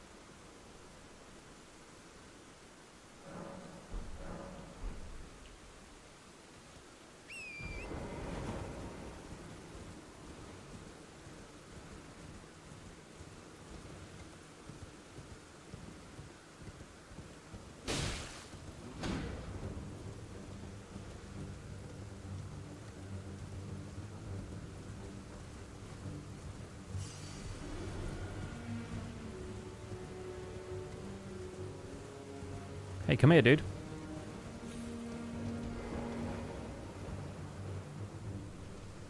Oh, don't go onto the bridge. Come this way.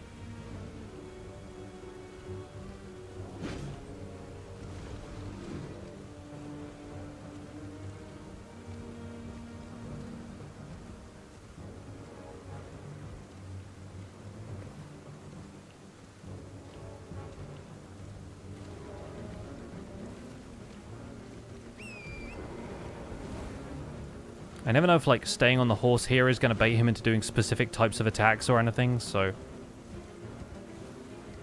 I'm unclear.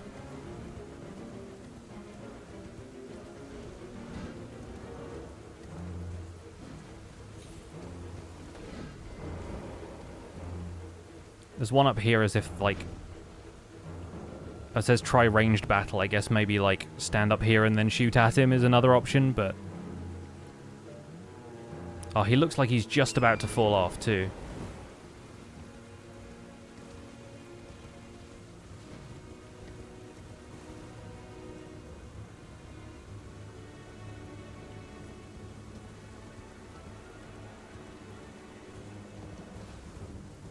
No, he's going to respawn on the bridge now.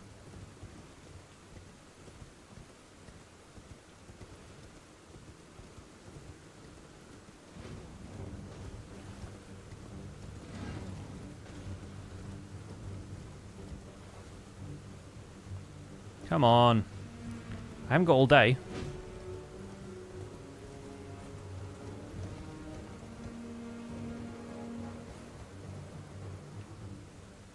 Did he fall or did he... No, he didn't. Okay. If you hit him, will he fall off? No, unfortunately, the weapons I have right now don't do a great deal of, like, knockback, especially against a mounted enemy, so... Like, knockback is not necessarily something I can control all that much. But it may be just a matter of getting him to run at this obstacle at a certain angle. Then again, he's probably just going to kill me right here, so I need to avoid that.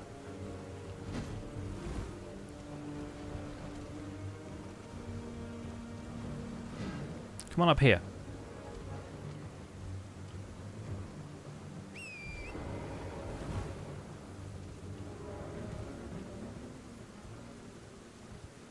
Yep, I'm still here. I'm still here. Hello.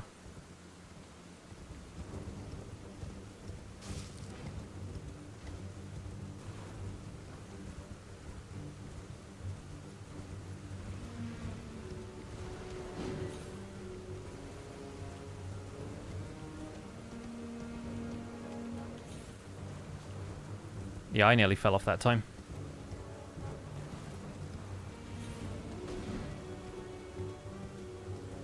This is entirely optional, by the way, and this does add a little bit of time to the routes, so we don't have to do this, but it is a really nice little cheeky bonus of runes that I would not mind getting at this stage.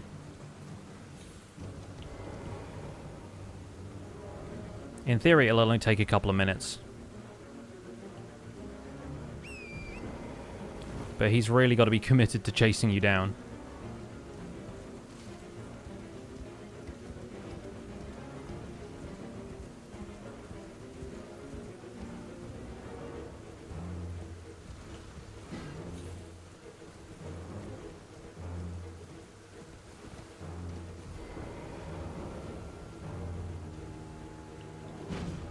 Oh. Oh no, he's under there now.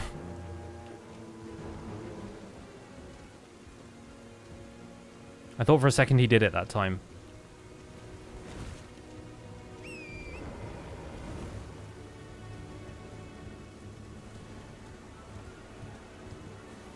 There he goes, finally. Parry him? I don't have the skill to parry him, unfortunately. I'm not that good. And if it weren't for the amount of runes that we had, we could have had full 2069.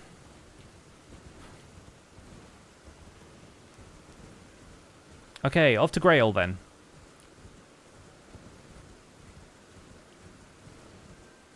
We don't need to modify our stats a great deal in order to use the Morning Star, so that's all good.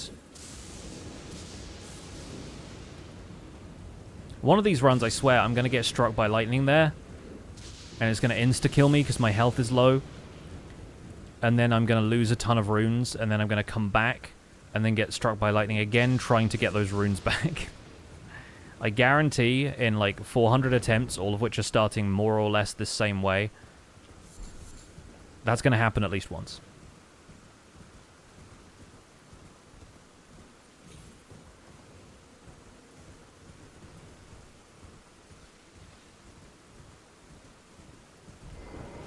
So the first thing we do here, gonna briefly check Discord. Yeah, cool, okay.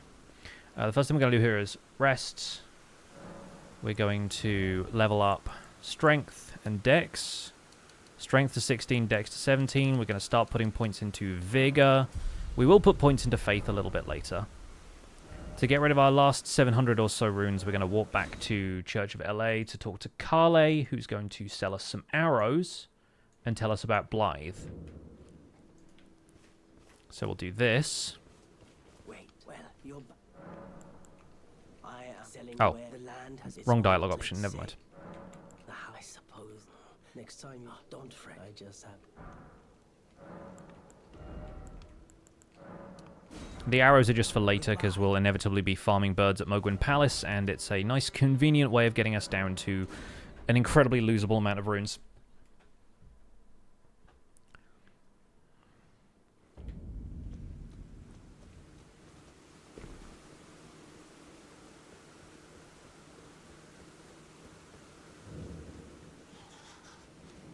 We also want to have at least 12 endurance, but I think our endurance is going to have to be higher for this weapon, so I think aiming for at least 20 is going to be worthwhile in the long run. Also helps to have a little extra stamina against Moog so that we're not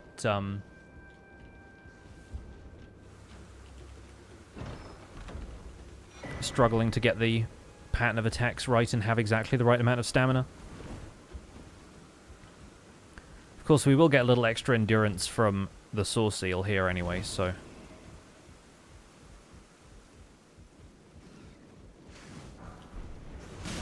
Ow. Can't believe that rat does like over half my health.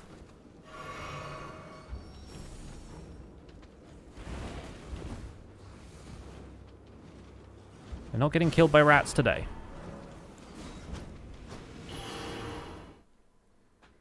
Is this on New Game on New Game Plus? Yes, we are doing every run on New Game except the ones that come from like the last boss rush, basically. Alright, so now we're putting Wild Strikes on this. We're just going to give it standard affinity. We're going to craft some blood grease. And we're going to equip that. We're also going to take off... Actually, we'll keep the finger seal for now. We'll take off the shield. Two-hand this. And we'll get ready with blood grease here. And gold pickle foul foot. We'll put it on this one. What are you classing as beating the game? Just beating Radaboss or DLC final boss? Just beating Radagon, Elden Beast.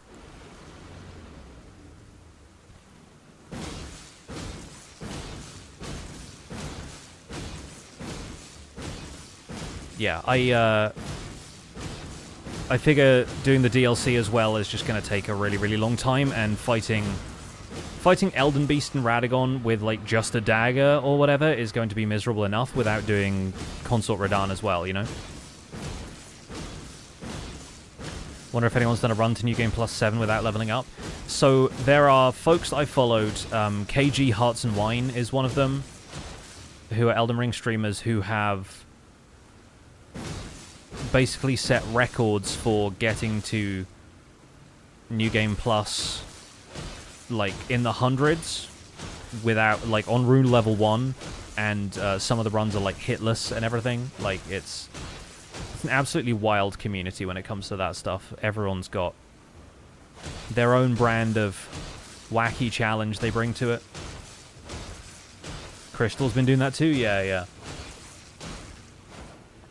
Yeah, and it sounds like something Miss Mika would do. Probably with a dance pad and a second controller playing a different copy of the game. Like, there's, again, so many people with their own niche ways of playing this. Like, I imagine the guy who plays with a saxophone as a controller has also done similar stuff.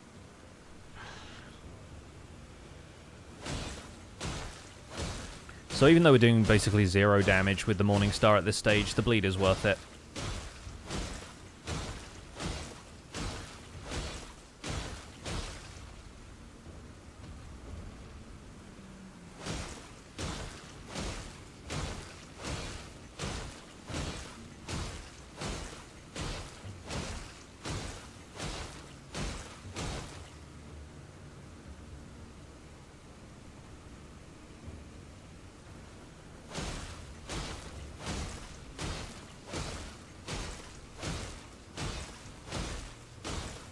This poor dragon, I know.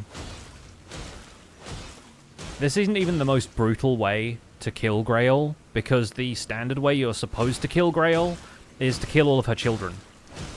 She has 5 other dragons around her, and each one, when you kill it, takes like a fifth off of her health. And so she basically dies of a broken heart when you kill all 5 of them. Which is how come you get, like, a chunk of runes there, and then you get a chunk more runes, because all 5 of those dragons die when Grail's health bar is gone. It's pretty brutal. Such is this game. Let's put a bunch into Endurance. Let's level that all the way up. And then from here, we're going to go down and get the Somber Smithing 5. We'll probably re-equip the Broadsword for now.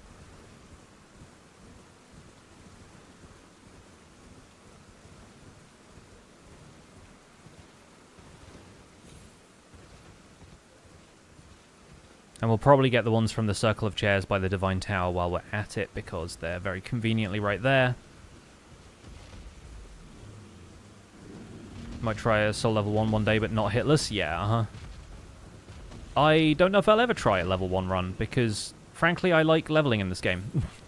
I like getting myself OP from time to time. It's sort of the point for me.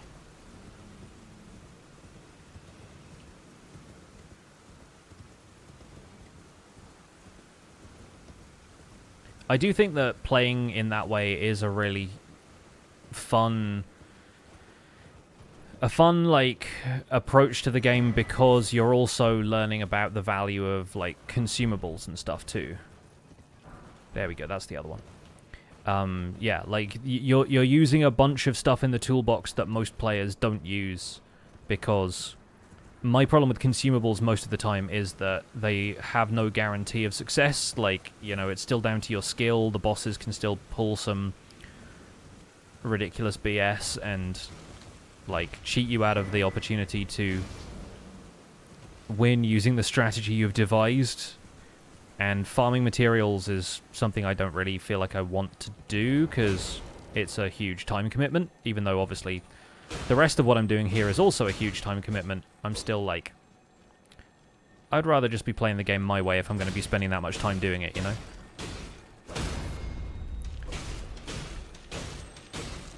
I like playing more than just Elden Ring, yeah.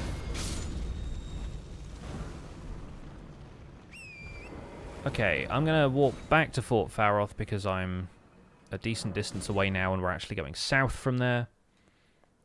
Can't just war of attrition through a lot of the bosses since you die super quick anyway. You actually have to learn to dodge. Yeah, yeah.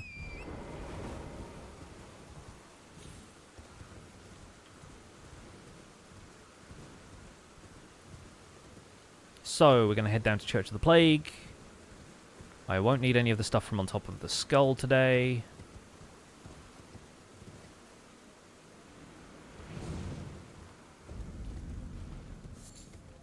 I also saw Shenpai and RT Game have as difficult a time getting the skip into Radagon's fight where you jump off the cliff over here as I did, so A, vindication, and B, they did prove it that it's still possible, and I've done it the other day, so hopefully I'll be able to get that done on this playthrough at some stage.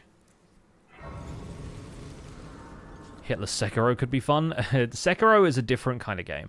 Like, I've genuinely heard people describe Sekiro as a rhythm game, and I kind of believe that. Yeah, RT did it like a few times and had a tough time, and Shen does it second try. It's really funny.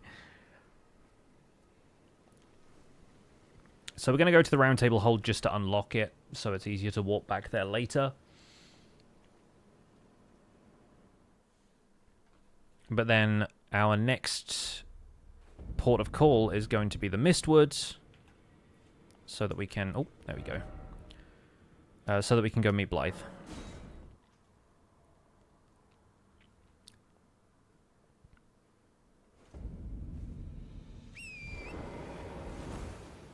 I think it's easiest to run from Fort Height, but it doesn't make much difference.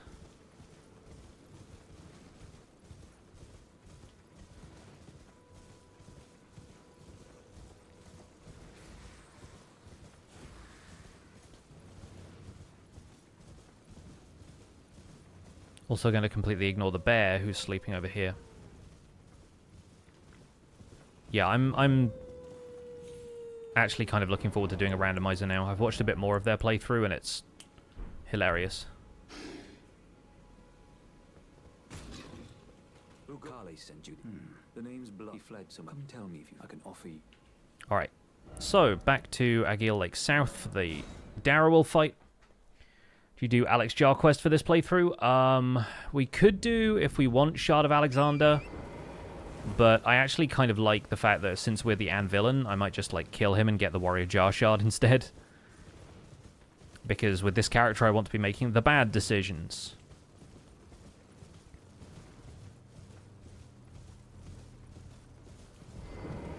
Alright.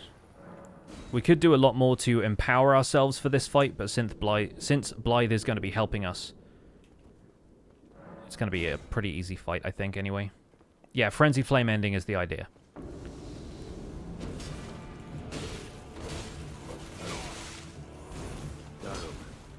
Rotting in a cell is no true justice.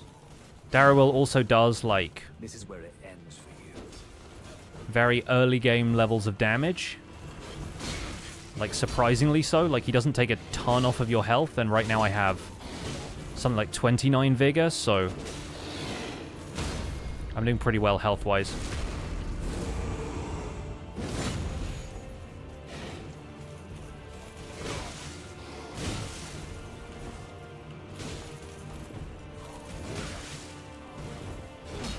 Still need to heal once, but luckily Blythe has my back because he always does.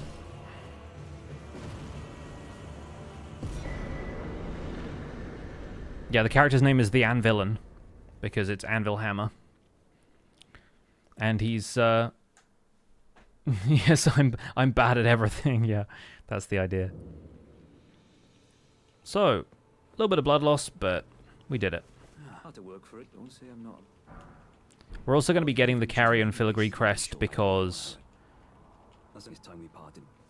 it's useful for something where you're going to be using the Axe of War a lot, and we'll probably end up using the Axe of War a lot. So now we have Bloodhound's Fang. We're going to be using this for the rest of the run. 2 hands. We're going to head to Church of LA.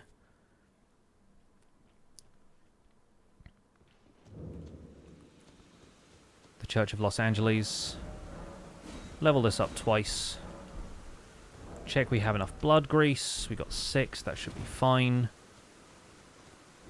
And then we're going to set Mixed Physic and go fight Margit. In fact, we have the Faith Knot Crystal Tier as well. It's not going to do much for us right now. We could ride north to Leonia and get the Dex Knot as well, but... Yeah, we already spoke about Midra and the possibility of getting the other Frenzy Flame stuff done. I think I'm going to save it because sooner or later, if we continue this whole playthrough with every weapon thing, one of the weapons that's going to come up is going to be the Frenzy Flame Seal, and I want to leave something for us to do when that happens. So I feel like going to the DLC and fighting Midra when we're not looking for specifically a DLC weapon could still be a fun detour for us to do, and we get all of the Frenzy Flame incantations that way. We're also going to have to go and fight Midra for the, whatever the sword is that you get from his fight, because that's going to be on the list somewhere as well, so yeah, I figure we're going to need to do it sooner or later anyway. Okay, we are not going to be fighting alongside Roger for this one. We're going to drink the Physic, we're going to apply the blood grease, and we're going to fight Margit. Foul Tarnished. Foul tarnished. There he is. In search of the Elden Ring. Now, the Anvil Hammer isn't the one that drops from the Crucible Knight, it's the one from the Flame of Ruined Forge that's just south of Castle Ensis.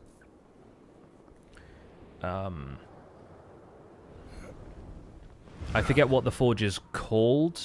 The Starfall Past one we've already done, but it's like the something something Ruined Forge, I think.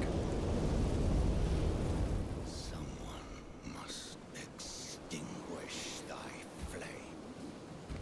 Let it be Margit the Fell. Let it.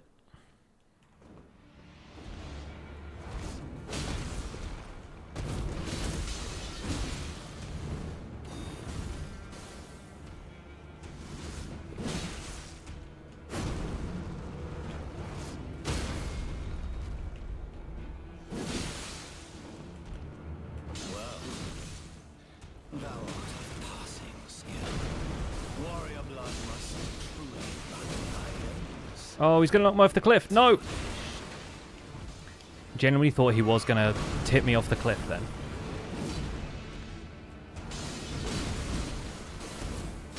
There we go. Nice, easy fight.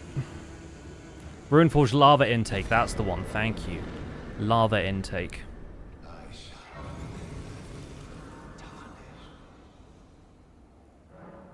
Alright.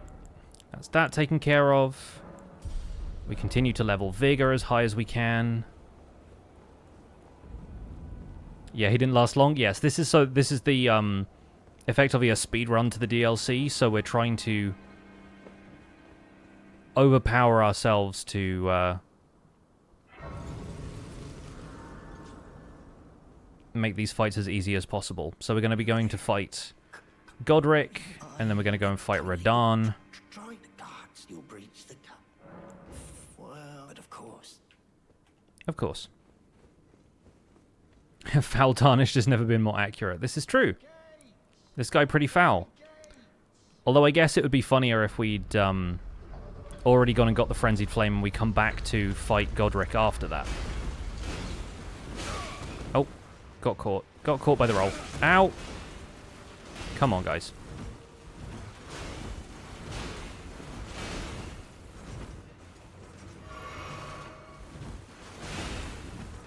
Okay, I think at that point they can't shoot me anymore, so that's fine. Excuse me. Alright, lads. Oh, the game jittered at me for a second there. It tried to get me. We're going to be coming back here on the next run for the Arbalest, of course. And that's another character name I'm very much looking forward to. I've got so many good character names lined up, you guys. You have no idea. New watcher here, been playing a lot of Elden Ring with friends lately as you've yet to finish the game for the first time, just here to chill and vibe. You are more than welcome. Thank you so much for stopping by. This is a bit of a speed run to the DLC, so if you haven't finished the game and you haven't caught some of these areas, then I will warn you there are some spoilers, but they'll all be flying past quite quickly. So this is my 8th playthrough of a challenge in which I'm trying to beat the game with every weapon in alphabetical order. We're on the Anvil Hammer, which is from the Shadow of the Erdtree DLC. And yeah, we have a seamless co-op playthrough coming up with my my good friends Loux XP at some stage in the near future, because he hasn't played the DLC yet, and so I want to go in and do the Astrologer's Staff playthrough with him, because the idea is that I want to obtain every spell in the game, or every sorcery rather. Sorcery specifically, because incantations also technically spells.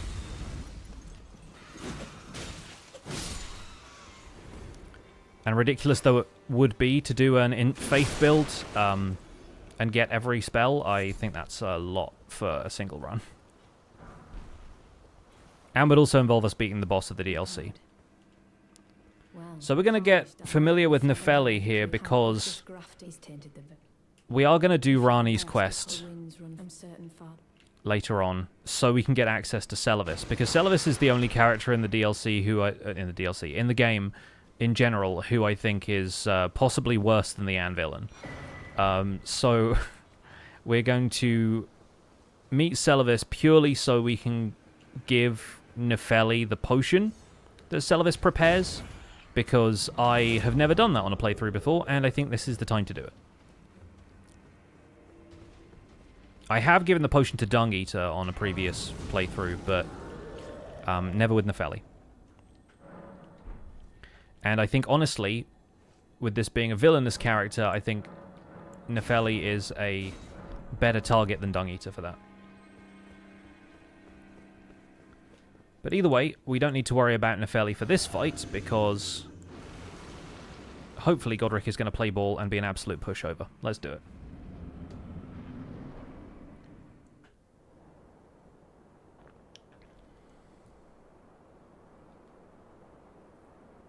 Mighty dragon, thou art a true-born heir. Nefeli doesn't deserve this, but again, we are going to be burning the world down, so Deliver me unto greater heights. Well,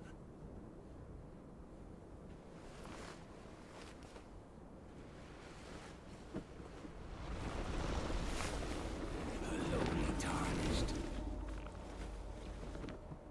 playing as a lord. I command thee, kneel! I am the lord of all that is golden.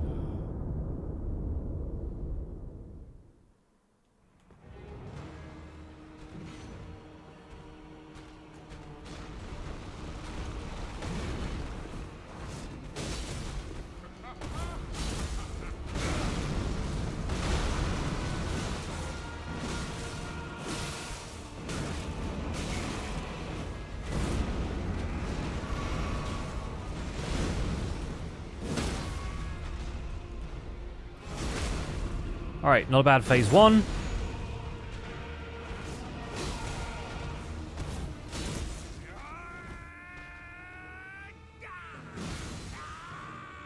the gravestone's actually censoring this part. I've kept the face cam off for the moment just so we can see the phase 2 cutscene.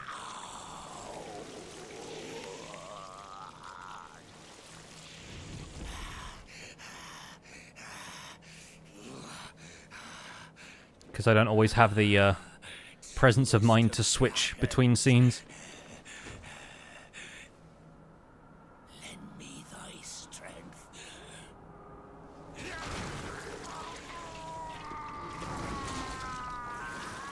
Godric is so dramatic. He's a lot.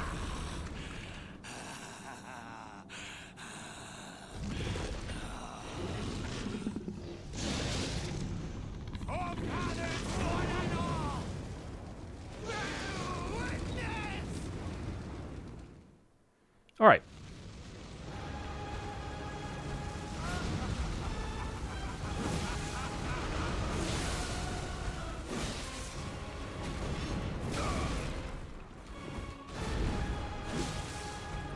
He actually got a hit in there.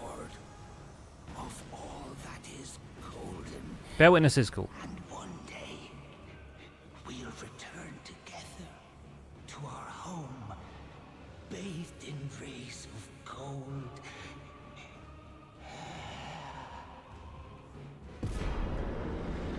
And we're out of here. So, not bad. Next stop, Liurnia. Where we're going to buy a lantern.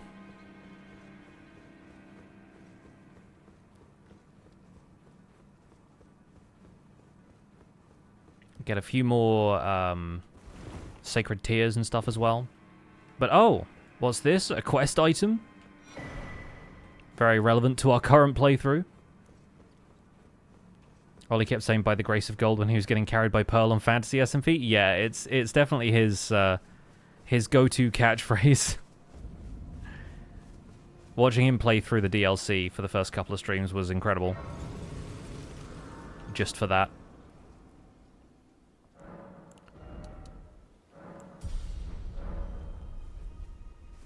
Alright. Let's go see Topes. If only briefly.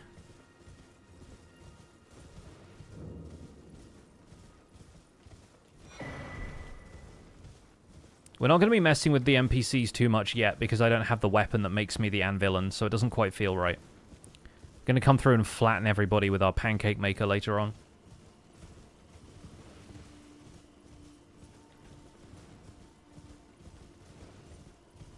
If only he had more arms, he could have won. I think it's the legs that are letting him down. Like, I'm pretty sure he actually has one of the commander characters. It's either Niall or O'Neill. I think it's Niall because he has like the veteran's prosthesis or whatever. I'm pretty sure Godric has one of his legs.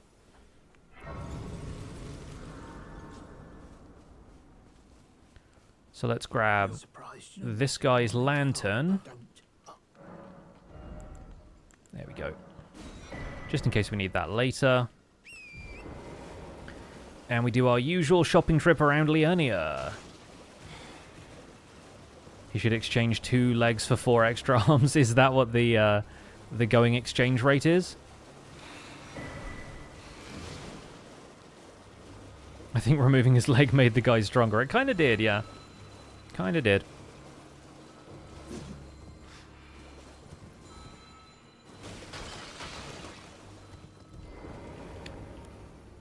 Time to wait at this grace and let the spells sail harmlessly overhead. Oh, we didn't get too many this time. That's fun. Alright, so from here, we go on a little shopping trip around Liurnia.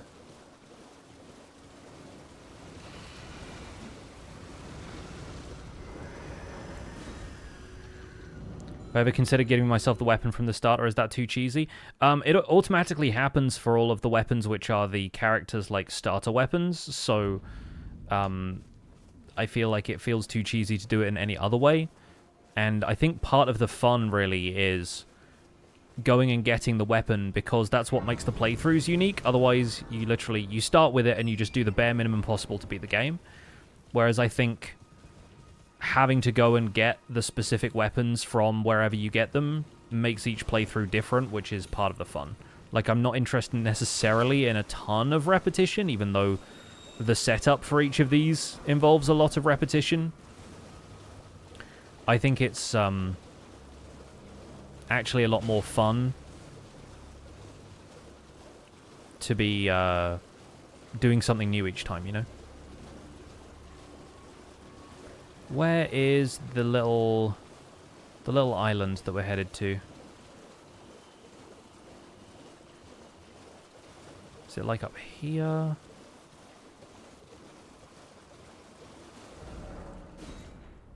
Oh, it's like way further that way. Oh, okay. I remember what I've done. I've done some of this slightly out of order because I need to go and visit the Table of Lost Grace to get the chat with Enya out of the way.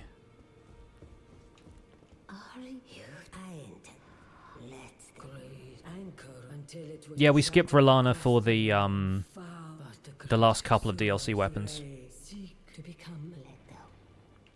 Because we had to get the Starfall Forge weapon, but I didn't fight any bosses in the DLC to do that. And the only ones we fought on the Ansbach's Bow run were invaders. Because we fought Hornsent and then Leader. Or Leder.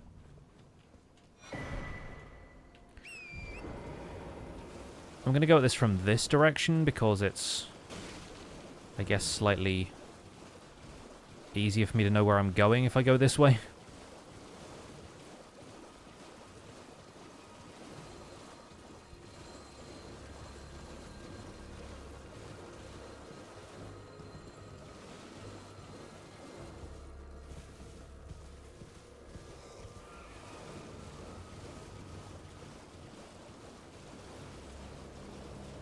Yeah, the Spirit Spring takes you to Fort of Reprimand, which is nice and easy to escape from.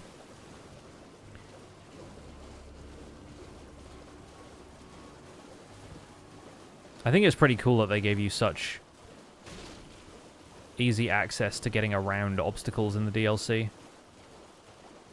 It's sort of how they designed the base game as well, but have I ever shot it again? I think I might have.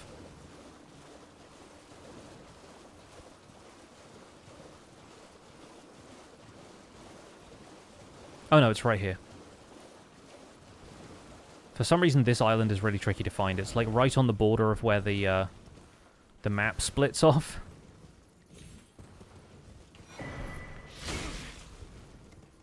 Whenever I play, I feel compelled to take out every boss, but I've also only done 3 playthroughs and not 408. Yeah, I mean, I haven't done 408 yet. And I've done an all bosses run once or twice. But that was when I realized, hey, I'm playing this exactly the same way when I do my next all bosses run, because this is the weapon I know is going to beat the bosses, right?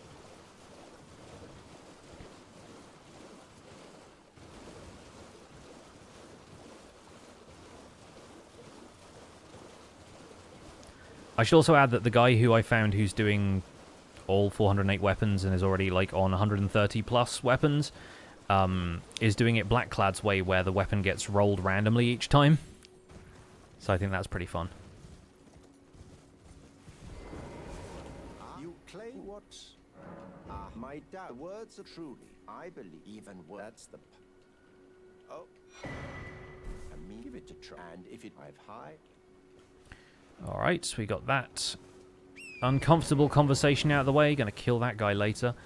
And now we grab a few more blood roses, because it's easier to get them from here than to go back to Fort Height.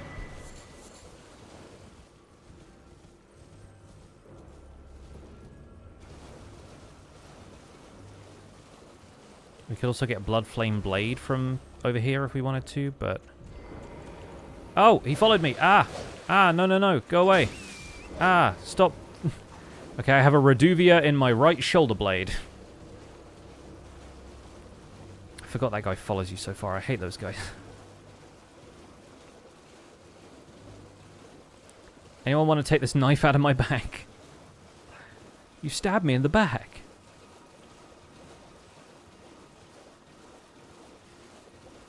Seriously, that thing's not coming out. It's like embedded. Oh, no, there it is. It's gone. It dissolved. Okay, let's go and get the Academy Glintstone key.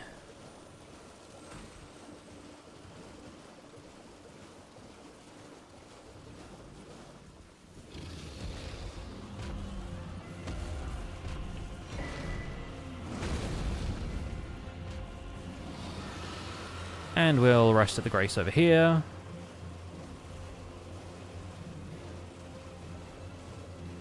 Yeah, better than it stays in until you get to a site of grace, aka hospital, right?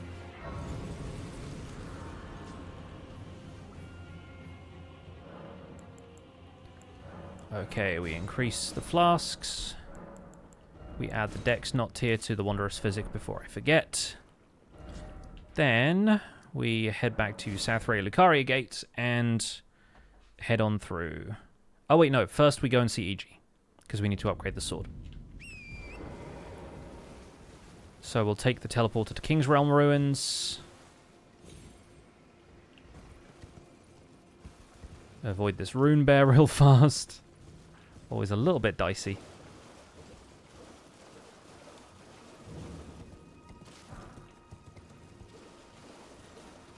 Where's our little, there it is. Gazebo with the teleporter. Friend on their first playthrough went into the lake and got jump scared by the dragon, yeah.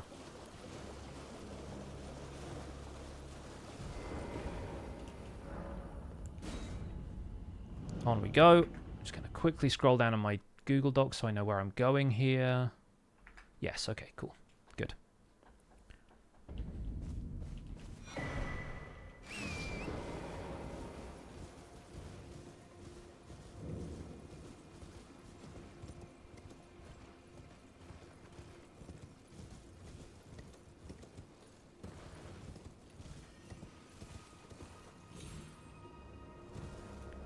Always kind of rough when it jitters right there. I presume. Oh, I am an old codger, so perhaps you. Yeah, we purchase... Oh, wait, hang on. I need to break this. Something. Oh, and if you come to, I am a totem. Raised territory. When the rain after Levkarians, I conjure that is why, unless you wish. Blood, quite a rare, perhaps, at any rate. I've some. Okay, so now we get this, this, and this.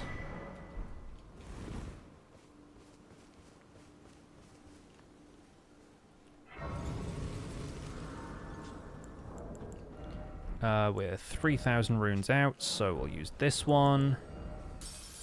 Nice. My friends jump scared you with the second phase of Radagon. It's so good. Great at catching everyone off guard. Oh yeah, and we also need to crush this so he can level up the weapon for us. That's often a good idea. Well, then I presume. Strength and armaments. There we go. Nice. Okay, so now we're basically ready to fight Radagon. But we're going to go back here and do Altus first so that we can get 5s and 6s as well.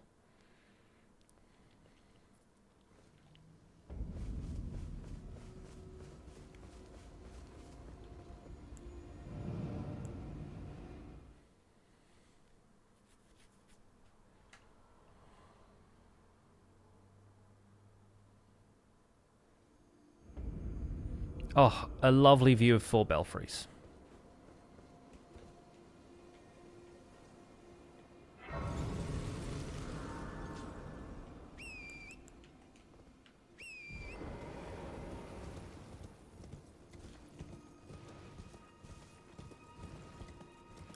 We could absolutely assist Hoarah here. Because I guess you don't need to do the Nereus fight to have him show up at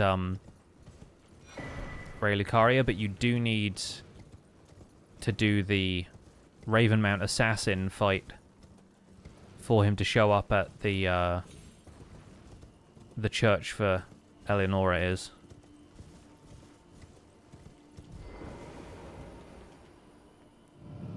Through we go.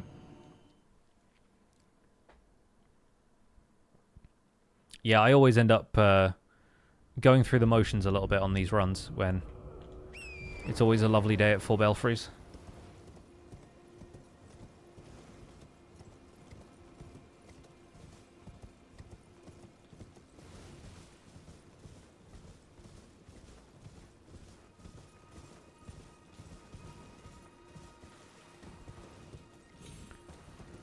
So, weird to show up at Bellum Church and not have Hyeta be here, but we'll deal with that stuff later.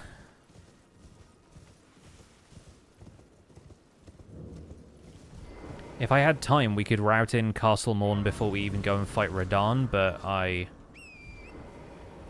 don't know if we're going to have time.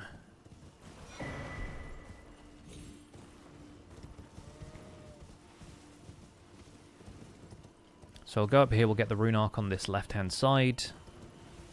Not that we're going to need a rune arc, really. At least not right now.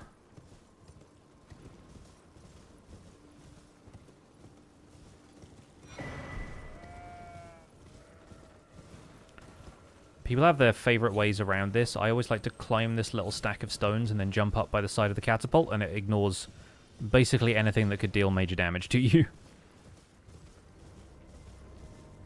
For Belfries is a scenic locale and a scenic game. It really is. Exhibit A. Big old door.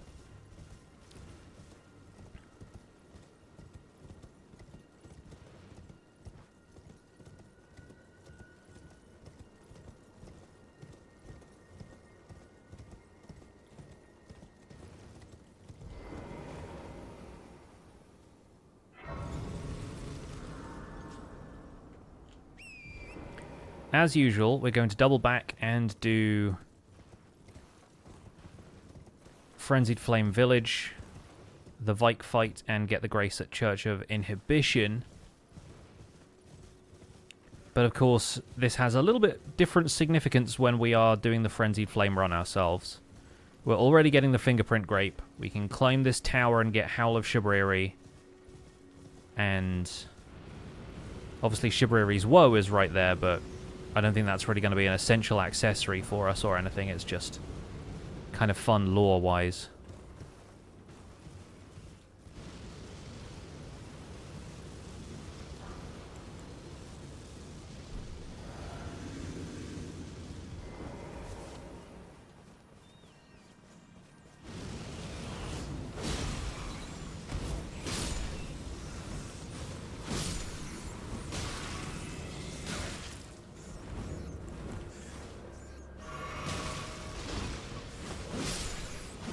Just had to make sure I didn't get killed by the rats. Nokron is another place you love the looks of? Yeah, Nokron's super cool. Like, all of the Shifra River underground stuff is really, really cool looking, except for Mogwin Palace, which is cool looking in a different way. It's cool looking in a I would not like to be here kind of way. It's cool looking the way Caelid is cool looking, really.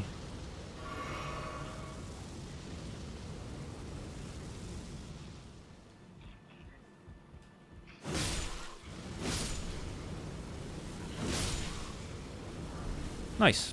That's that taken care of, but we will get reacquainted with the flames somewhat later.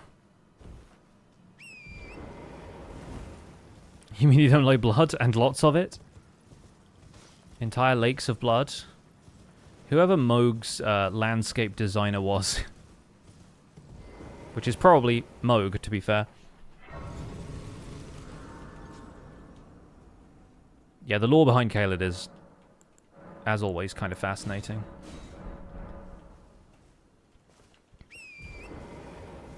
Especially since some of that has been added to slightly by the DLC.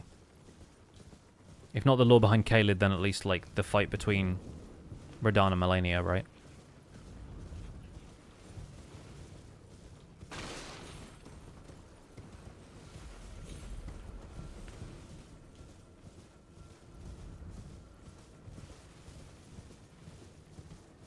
Now, somewhere around here,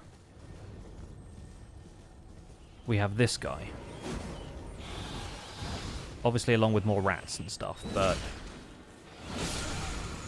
we're going to need that.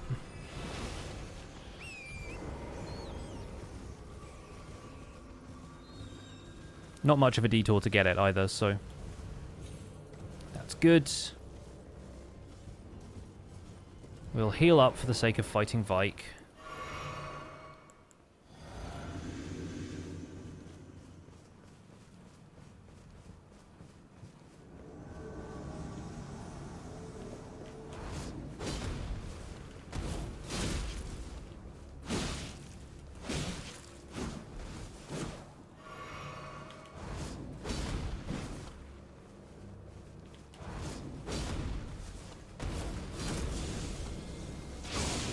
Ow. He really got me that time. And that time.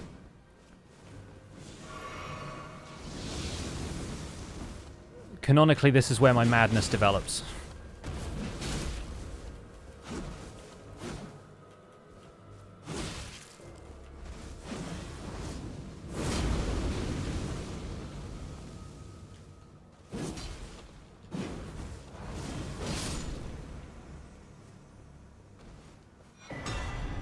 GG.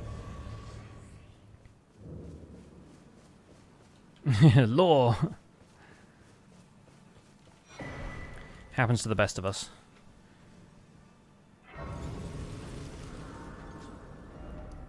And then Dexter's Lift up to Altus for a meeting with the Beast Claw. You ever take a horse into a lift?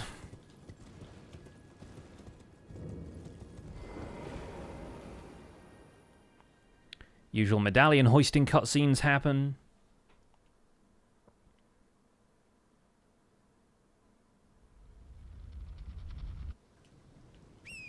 Alright, we're taking a detour here to go and fight Demi-Human Queen Gillica. Get hold of the Ritual Sword Talisman, because that's necessary for the build in general. Am I beating the game with each weapon? I am, yes.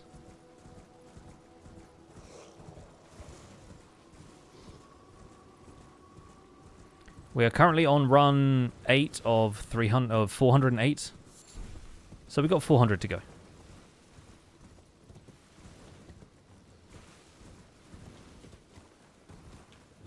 Right now, obviously, we're using Bloodhound's Fang, but we need to go and get the Anvil Hammer from the DLC.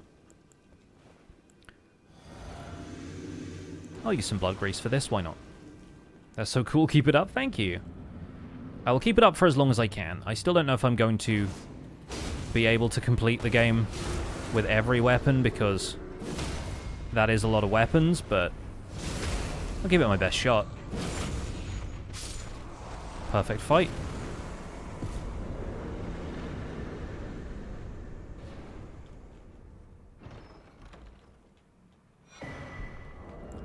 Equip this right away, just so I don't forget later. There's a lot of stuff I can forget later. So now we'll hop down from here to Erdtree Gazing Hill. Grab the Grace and the Golden Seeds and ride over towards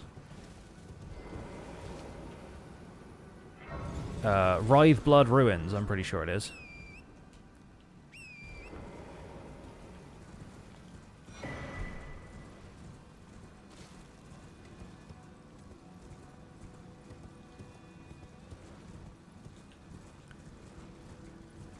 On the way, we're still going to get all of the golden seeds and stuff, even though we could take a shortcut if we wanted to. Get wrecked. The Anvillain takes cheap shots, is one of the things I'm learning.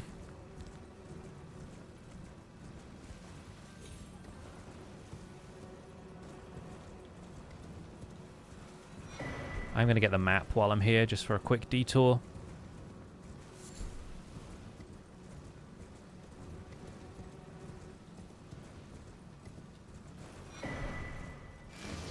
Okay, so from here,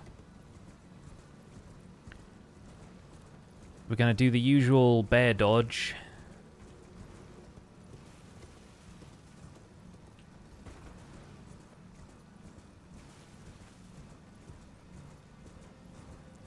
We'll ride up the side of here and go through Lanedale, get 4 more golden seeds, so we should have 2 more flask upgrades.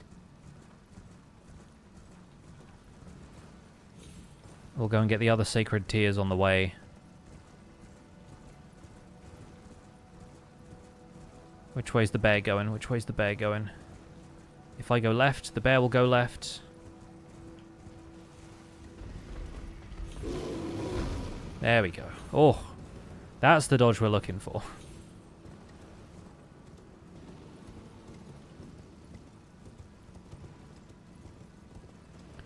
Obviously, we're going to avoid these guys, although it would be kind of fun to come back and hit them later. One thing that's a shame about the Anvil Hammer is that you can't put Lion's Claw on it, because it would be so satisfying to use Lion's Claw on a thing that's just a giant anvil on a stick.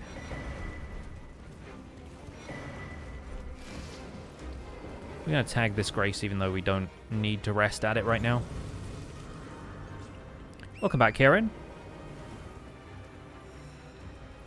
Yeah, the clutch bear dodge.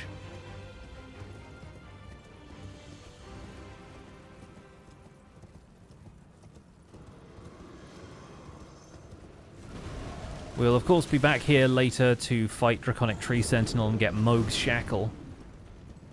But we're not going to fight the Gargoyle today.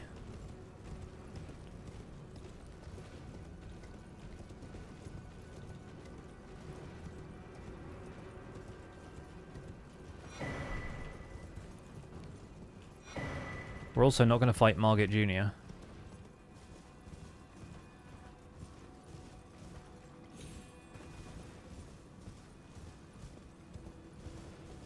Riding past all these threats, once I get the hammer and become the real Anvil, and you'll rule the day. You will rue the day. We love a guy who says you'll rue the day. This seems like the kind of man who would say that, though, let's be real. Especially when he's lit from below like that. How menacing.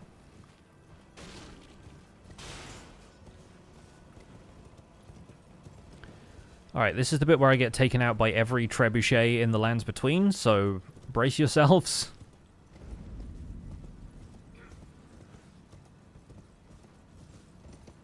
We do a little bit of bobbing and weaving, we'll be fine.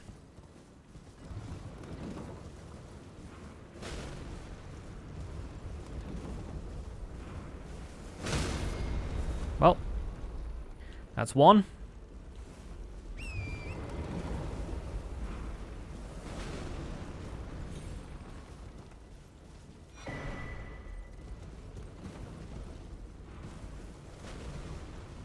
Just one today, I guess. Emboldened by the flame of frenzy, yep. Smoldering. This guy does a lot of smoldering anyway. I've seen his mustache.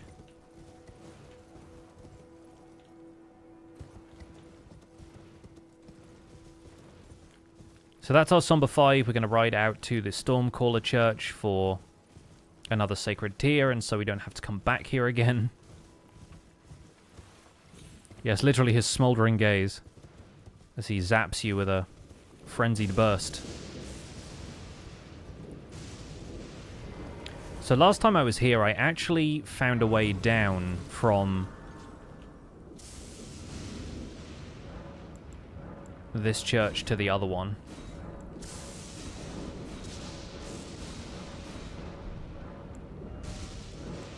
So we might try that again. The main problem is if you fall off, you die. So we'll try not to fall off. Instead, we will jump purposefully off.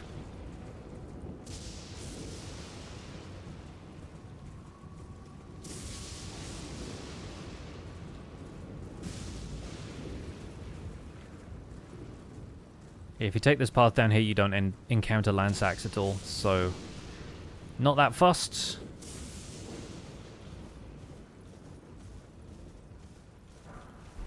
Get another Golden Rune 6. Hop down here and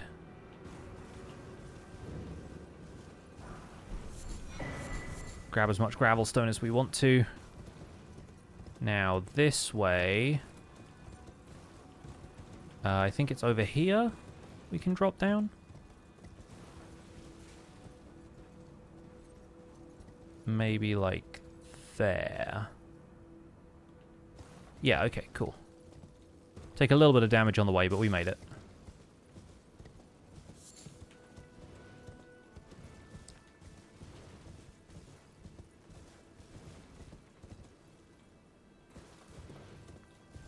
So I'm going to ride up here to the bridge. This is my new route for this, and I think it's going to work out a lot better. Because going from Stormcaller Church all the way back up to the outer wall is kind of annoying to me. And this gets you slightly closer to Writhe Blood Ruins. Also means I don't have to dodge catapults twice, so... Actually, thinking about it, we can probably just do the Eleonora Church on the way back instead of on the way out. So maybe we'll just do it this way. We're going to get frenzied before or after burning the tree? Before. Just so you can get the full sort of weight of your actions and stuff. I like that stuff. Obviously, like, it is theoretically even more harsh if you burn the tree and then get frenzied, because then Melina sacrifices herself for nothing, and there's the whole sort of nihilistic approach to that. But yeah, I think it's much more fun if the Anvillain gets a nemesis. Absolutely.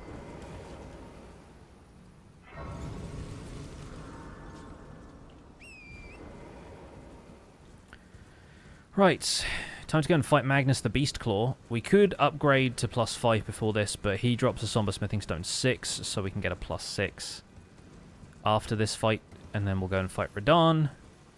And hopefully the skip into Radagon's arena works for me this time.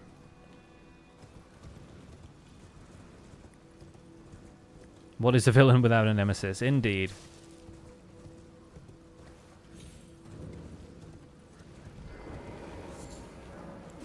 Getting an extra blood rose just for the fun of it. Let's see how this fight goes.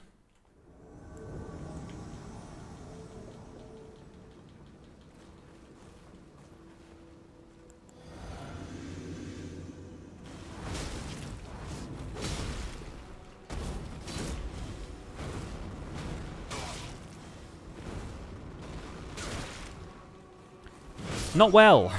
Not well the first time, anyway. I tried to jump. I'd mistimed the jumps. Even though I fought Maliketh earlier today. Yeah, I honestly think, even though it's providing a decent amount of extra damage, I think the forcing myself to drink the physic right away kind of puts me on the back foot, and I immediately have to play defense instead of going on the offensive. So let's see how we go. Why does that look like the bonk stick you get on Fantasy SMP? Because weapons are often just big things you hit people with. Alright, iframes worked in our favor that time. Let's have a quick drink.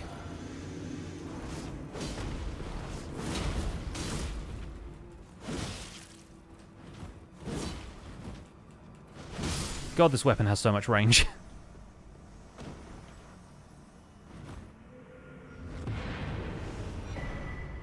Nice.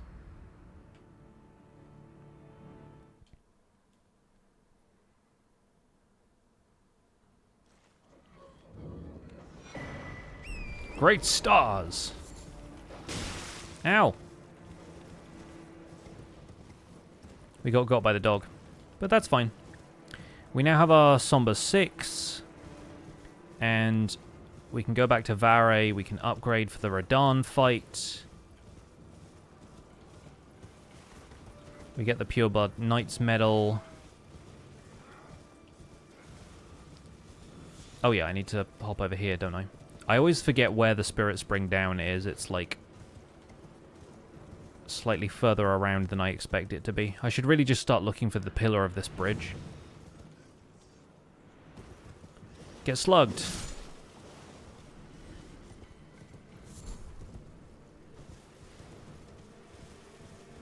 I'm pretty sure there's more root resin in this forest somewhere as well. Like, we might be able to snag some on the way if I figure out where that is. Oh yeah, go down this way.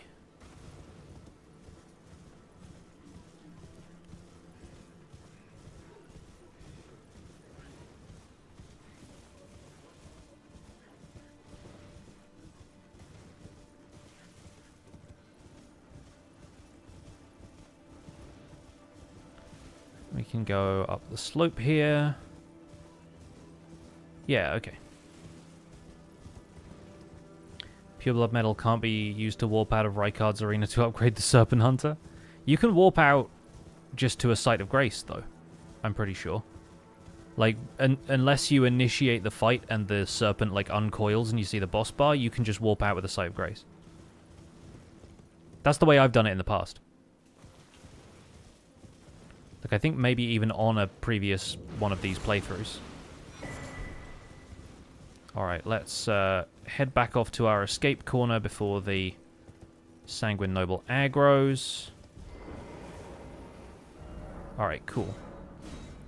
Back to EG to level up. Just been beating this guy on New Game Plus cycles with a +0 spear. I mean, it's still a fun fight, and the spear does make it pretty easy, so...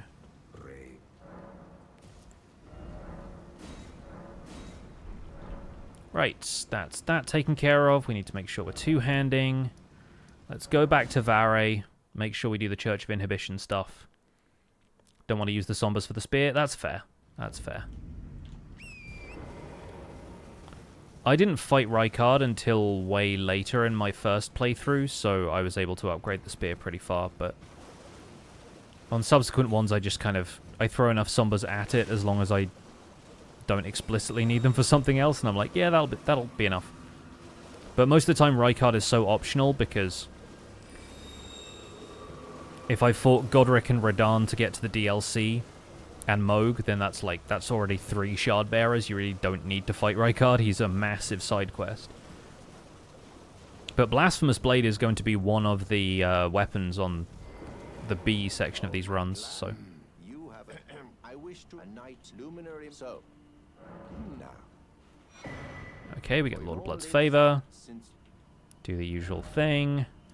And while I think it would be really funny to have used Irina's blood for this, because the Anvillain, you actually need Irina to go through with the whole Castle Morn side quest thing for Edgar to go mad and drop his Fingerprint Grape or Shibariri Grape or whatever later on.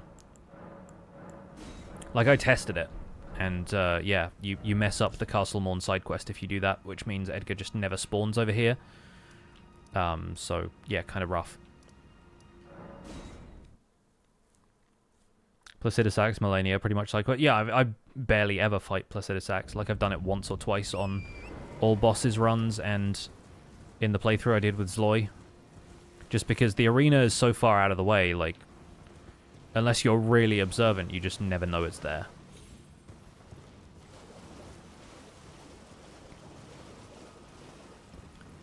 You can kill him in Morn and get the grape from him there. You just have to reload the area. I thought it only works if he's already gone mad, but maybe not.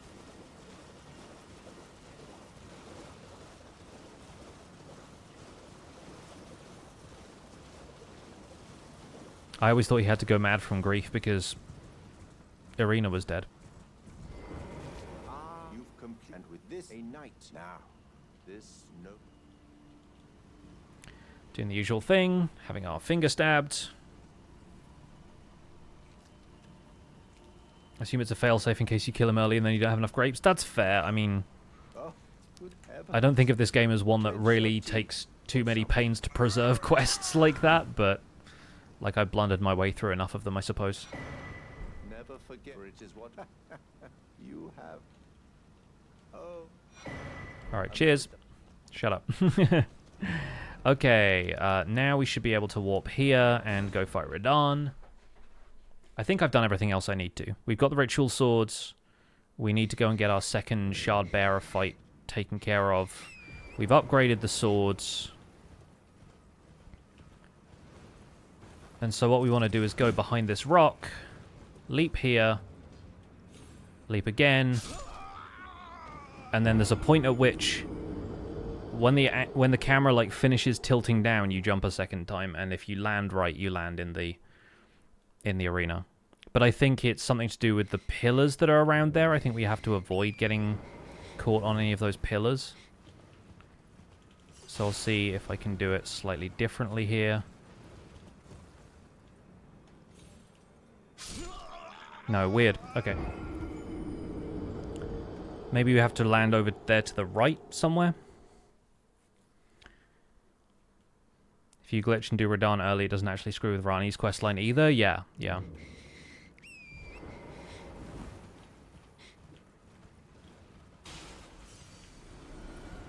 Maybe if I jump off here instead.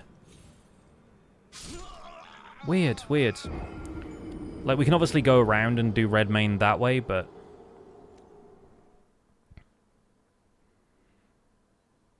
I have to get really specific about where I'm jumping off and the direction and the timing of the second jump and everything, and... It's, worked for me in the past, but...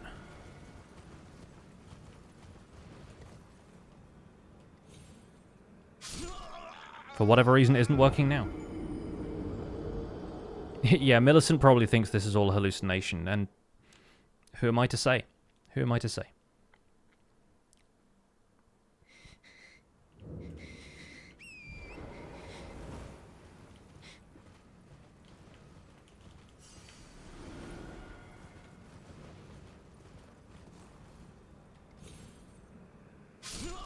That one I didn't even jump the first time, so that's fair. I'll take that one. Yeah, no, it's worked for me in the past as well. It's just for whatever reason, avoiding the kill box is very particular.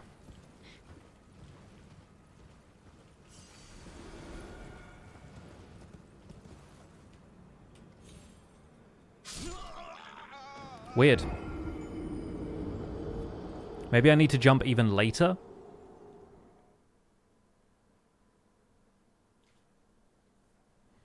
I think maybe I'm jumping too early or something. The most annoying thing is just having to hear Millicent's breathing every time.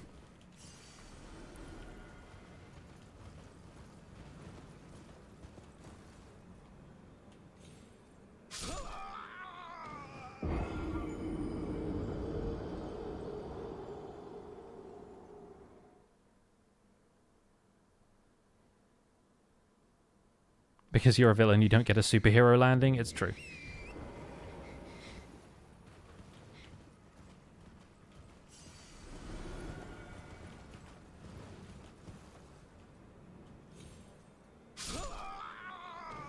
Alright, we'll try a couple more times. If I can't get it for whatever reason, we'll just go to red main the normal way.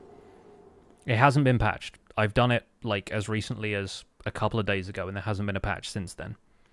It just gets really finicky.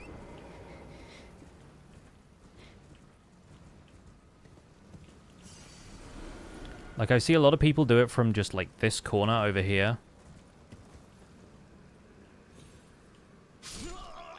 But, like, maybe there's something about the way I'm moving in the air as well.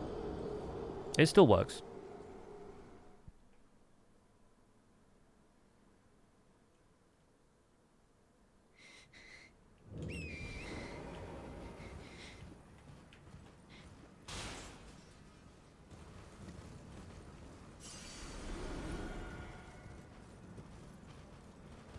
Yeah, it's just really hard to do on stream.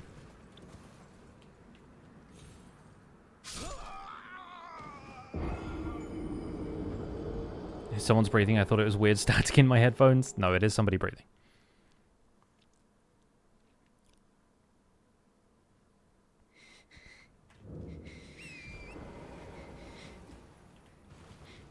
And you can't do anything about it unless you've talked to Gowry, and I don't have time to talk to Gowry.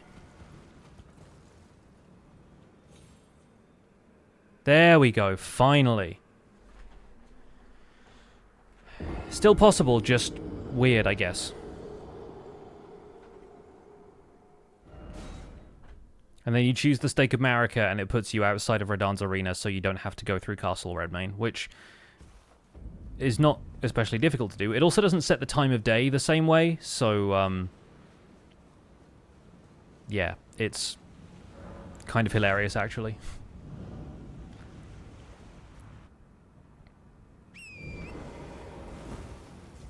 Then we ride away from Radagon so that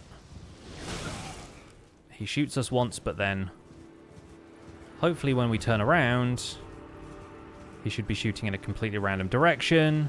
Yep, good, okay. And I am going to summon people for this, even though soloing him is usually quite fun.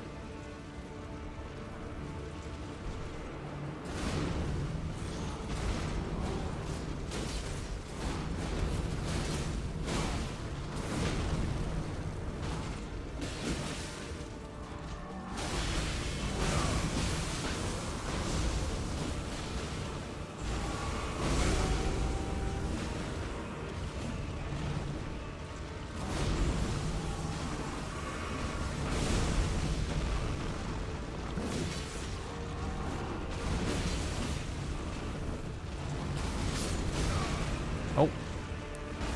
I thought Tragoth or Blythe or somebody was going to stagger him, but I guess not.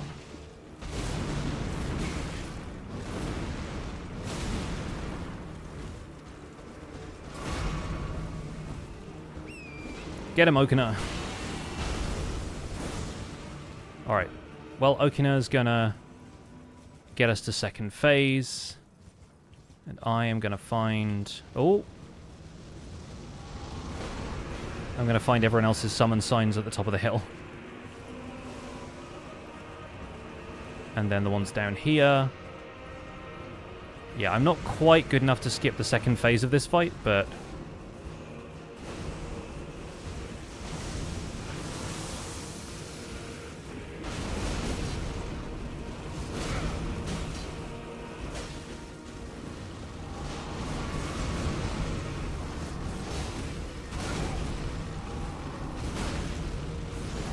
Dang it. Okay, yeah, I knew he was going to combo me there. I just didn't have the timing.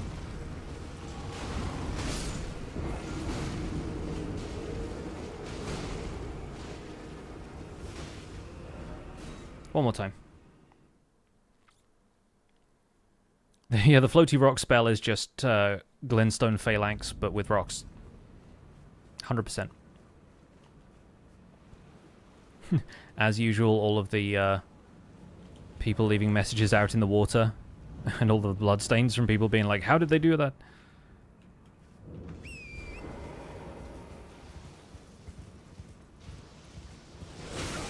Every time, dude, every time.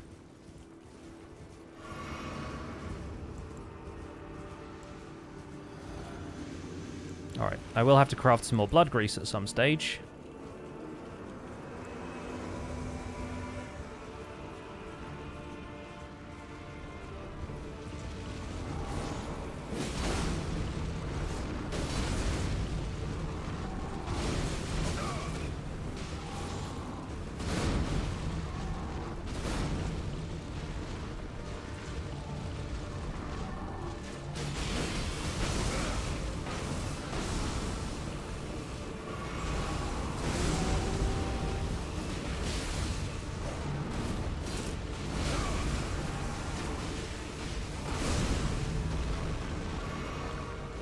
Get him, Alexander.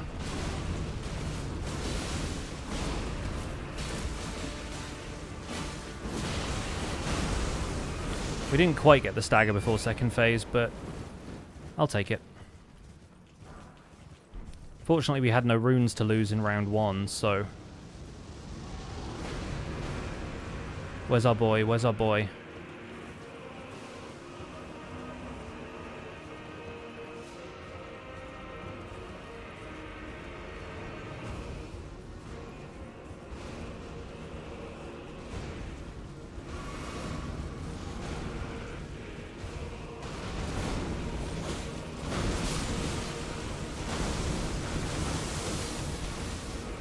And that's the fight.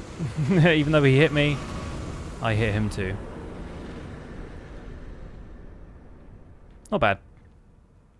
Really weird seeing this with no red sky. I think it's cooler, honestly. I think it's really cool seeing like the sun beating down like that. It doesn't switch it to nighttime.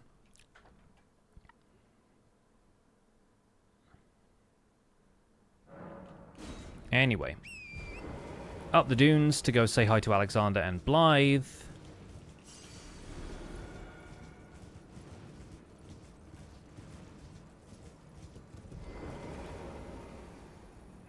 Is Blythe not here? I guess not. Maybe we didn't end up summoning him after all. 39 vigor is pretty good.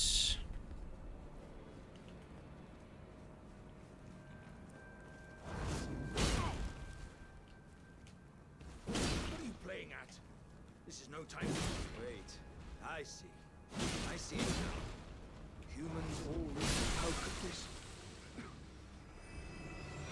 Thanks. My whole existence just a crop. Convenient place to meet Alexander. Let's... Evil. Yeah, we didn't do it with the Anvil Hammer, but we still did it. So, I guess from here, we need to head to Lanedale.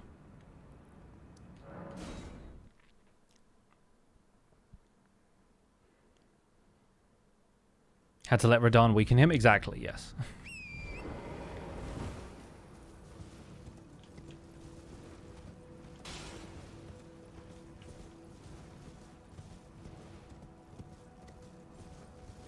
Oh, here's a point, actually.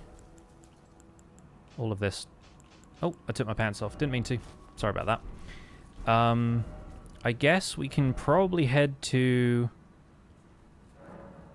Table of Lost Grace and get our talisman pouch now.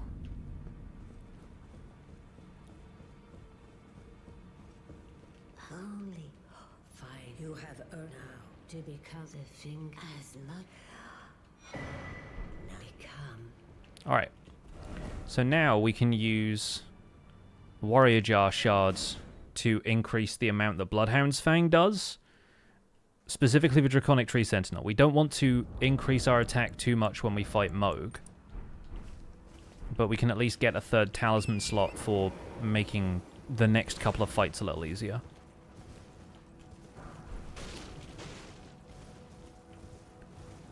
So we'll have a Smithing Stone 7 and Moog's Shackle to get from the sewers, which really shouldn't take long.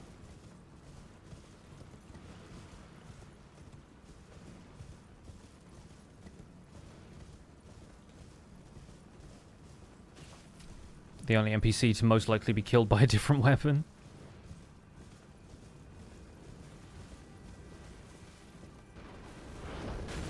Yeah. Honestly, like... I think the variety of these runs is part of the fun. And much as I would love to be able to fight all the bosses with the Anvil Hammer, it would be a lot of extra work to do that for every weapon, because you'd have to go and beat Melania and then do like a DLC weapon run with like so much of the other stuff.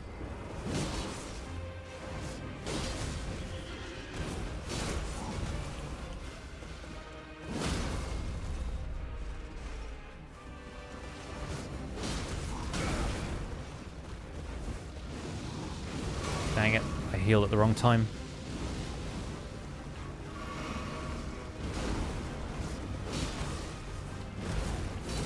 Oh, he dodged.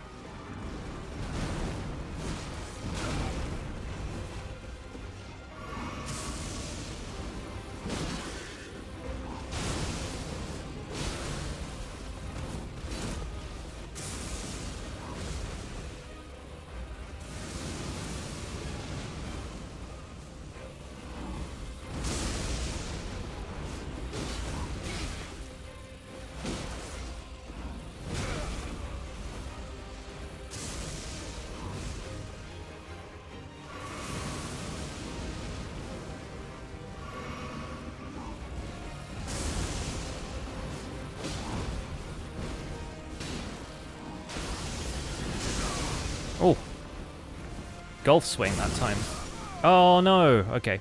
Well, Stake of Marika it is.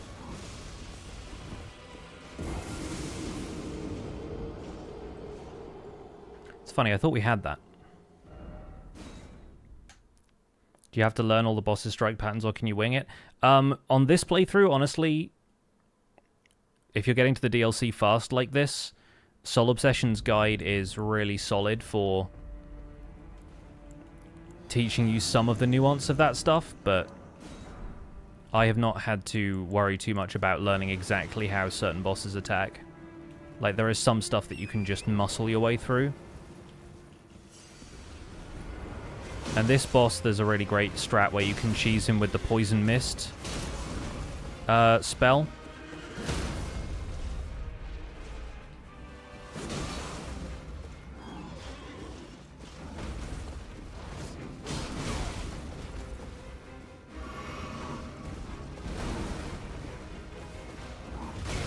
Ow. Okay.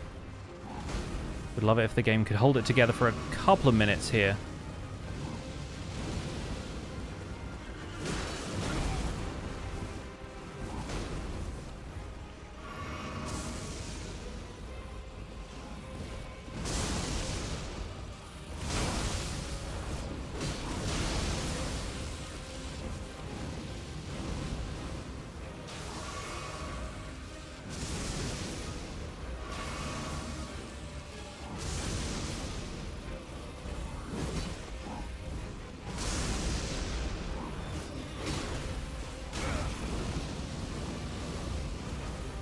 I like how he follows that up with the horse, like, fireballing you under its feet.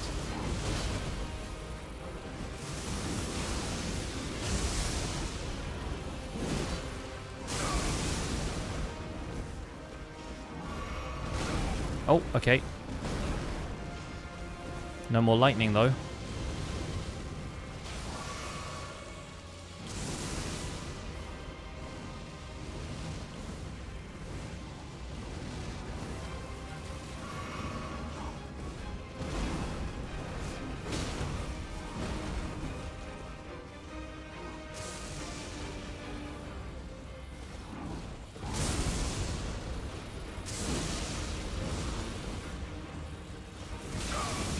Oh no, that one got me.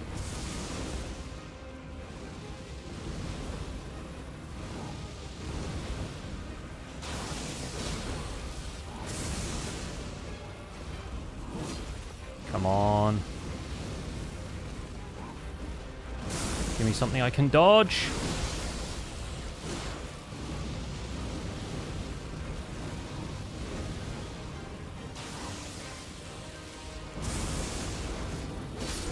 Alright, cool. Not terrible, not terrible.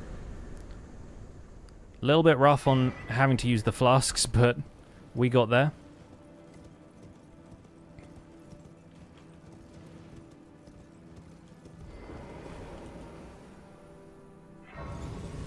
Okay.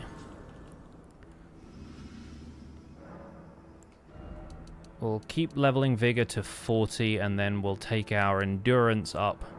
Because we will need to start leveling Endurance just to wield this weapon. We're in Lanedale.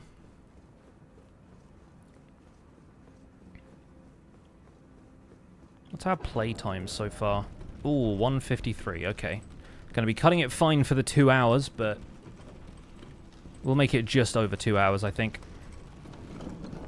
Could go get the Arsenal charm for Nymphelli. We might end up doing that at some stage, yeah. I mean, we could easily also do, like, Great Jar, or... I think just leveling Endurance once we have enough runes from Moog is probably going to be a good start. We need 39 Strength, though. Some of that is going to come from the Source Seal to begin with. Obviously, beyond that, some of it is going to come from...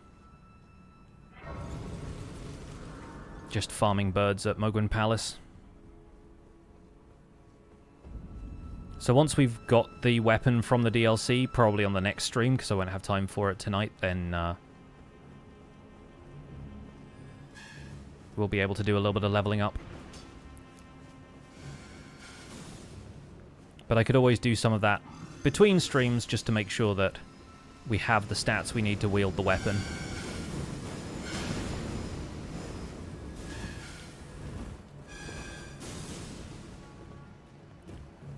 Doing our usual thing, avoiding gargoyles.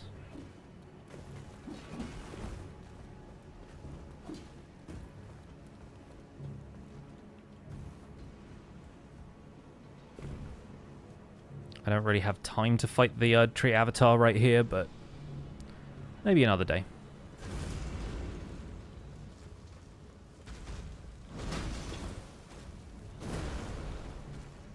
We'll grab this Site of Grace just in case we need it.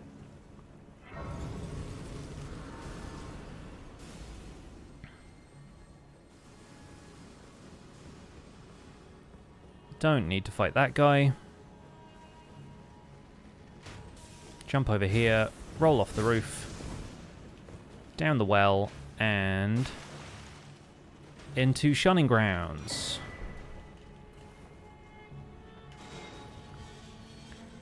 And since we already got the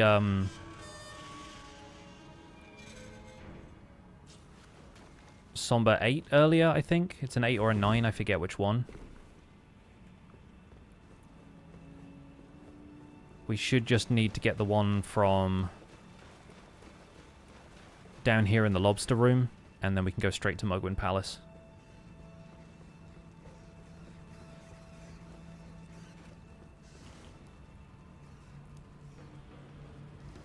Missed out on the chance to make an Is That an Empire Season 2 reference when you're doing Stormvale? Maybe next time. We'll be doing Stormvale again soon enough. because Stormvale is where we need to go to get hold of the Arbalest for the next run. What are the red sparkly bits? That's a buff because I have full health. So the Ritual Sword Talisman is one of the accessories I have equipped. Oh wait, no, wrong way, wrong way. Oh, we're going to aggro the Omen. We're going to aggro the Omen. No, we're not. It's fine.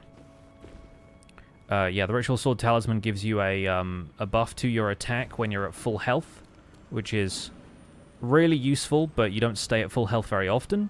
What that means is the buff is actually quite strong, and so it's really helpful for the upcoming fight against Mohg, because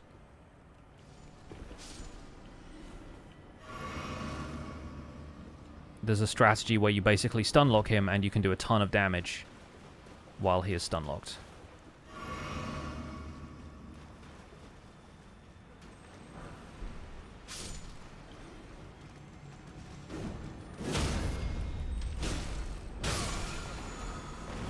Okay. About to get lobstered.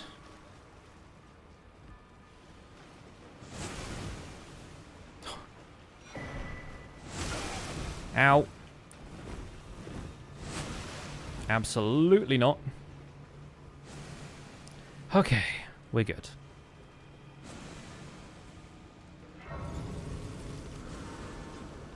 It's Lobster House, it sure is. Full-on crab rave. Speaking of crab rave, what's up, Liara? Good to see you. We're going to be here for another few minutes before we raid out and I go make dinner. I was going to be playing a little bit of D&D, introducing my brother-in-law to D&D tonight, but he's off out for a bike ride instead, and fair play to him if the weather's nice. We'll be back to see EG in a moment because we still need to upgrade to +10. But let's head off to Mohgwyn Palace first.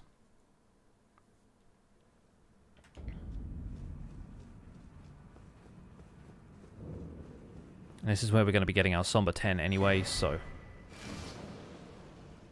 might as well do that with the capacity to lose as few runes as possible. I'll grab this just in case we run into some trouble on the way up here. What's the menu for the evening? Lobster, maybe? Man, if I was fancy enough to cook lobster.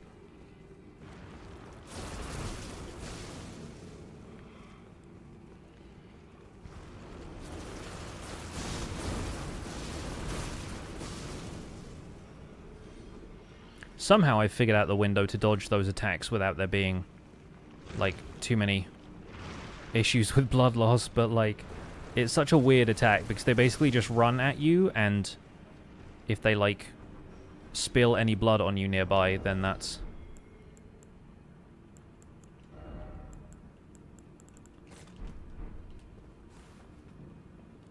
what causes the effect to proc, and I'm like, that's weird. Anyway, I have a lantern for this section now, so you can sort of see the route if you're interested in this. And to make it slightly easier on myself, but I'm pretty confident with this at this point. The lantern's also really useful later when we come back to pick up some of the Grave Glovewort. Do I think Elden Ring is hard enough to not enjoy it? Yes, I definitely think some people are going to bounce off this game because of the sense of difficulty, especially in the later game. Early on, the game is actually relatively forgiving as far as examples of this genre go. Because if you're having trouble with a boss, you don't just have to get good. You don't have to, like, power through it and just try and learn the fight. You can go somewhere else, get a few more levels.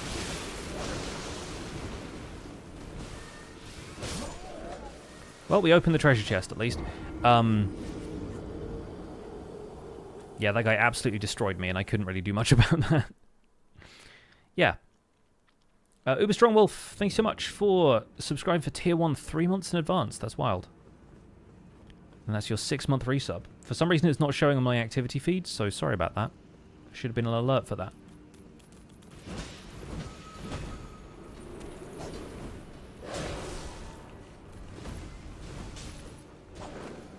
Anyway, we can hop over there and we're fine. But up until that point, bit dicey over there. That's why I enjoy more watching someone else play it. I'd suffer through it myself, yeah. Okay, now we can head back to EG for one final upgrade and fight Moog. Can't decide if I should spend the money and hope I like it. Yeah, I mean, it's kind of difficult in the days of games not really having like demos or anything, so it's sort of up to you, but I'm pretty sure most places still have a pretty robust refund policy. Even like on Steam now. Okay, 38.40, right, so we need one more of these. Should do it. You could always not spend money and get it. I won't necessarily advocate for that myself, but it, I suppose, is technically true. Can say with a lot of certainty I wouldn't like playing it. It's enjoyable to watch, though. Yeah, there you go. Right, so need to quickly check that when we two-hand this, there we go. Right above there, our right attack armament. Right armament 1 attack is 730, or in that range. So now we just need to set up equipment. We've got Physic, Blood Grease, and then Moog's Shackle. And then we have a Gold Pickle Foulfoot on right on the pouch. Don't need the Eleanor tier. Do not need it. Really fun, this. This is actually going to be a method that stun locks Moog entirely, so he never does his phase 2 attack. If he hits me once, then it screws it up. I should also remove this, just to make sure that we don't do too much damage here, because the damage calculation is actually quite precise. I might put on the Carrion Filigree crests, just so that we get a little bit less FP consumption. But this is Moog's cutscene, just so I can chill and focus here. This will also take us over the 2-hour mark, but I think we've done pretty well.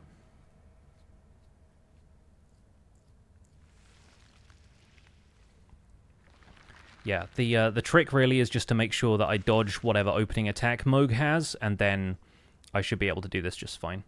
We might need to go and get some more root resin so I can craft some more blood grease if we have to retry this, but that's not too difficult. And we don't have a lot of runes to lose, so...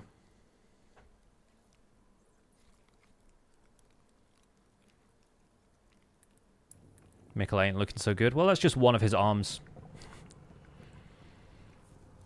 He's got 3 more.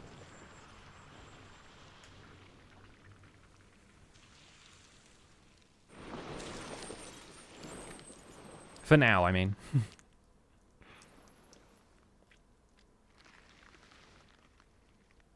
Dearest Mikola.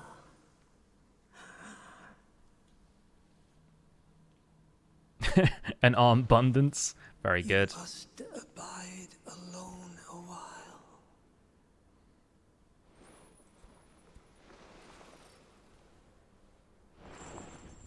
Welcome, honored guest, to the birthplace of our dynasty. All right, let's do this. So we need to get in quickly. Avoid that, and shackle.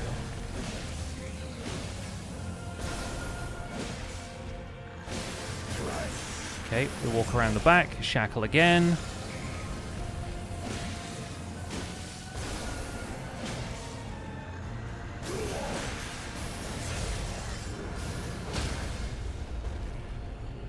Okay, I don't think we've got this.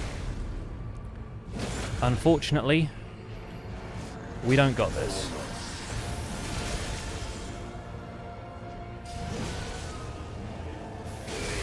Yeah, timing was off. Okay.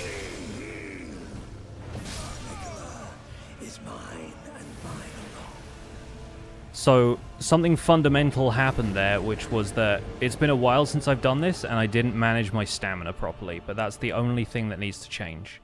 So we'll go back to our last site of grace, because we're going to be warping away anyway. Yeah, I ran out of stamina to do enough attacks quickly enough, but that should be fine. We'll walk back to Warmaster's shack, craft some more blood grease, and second try we got this.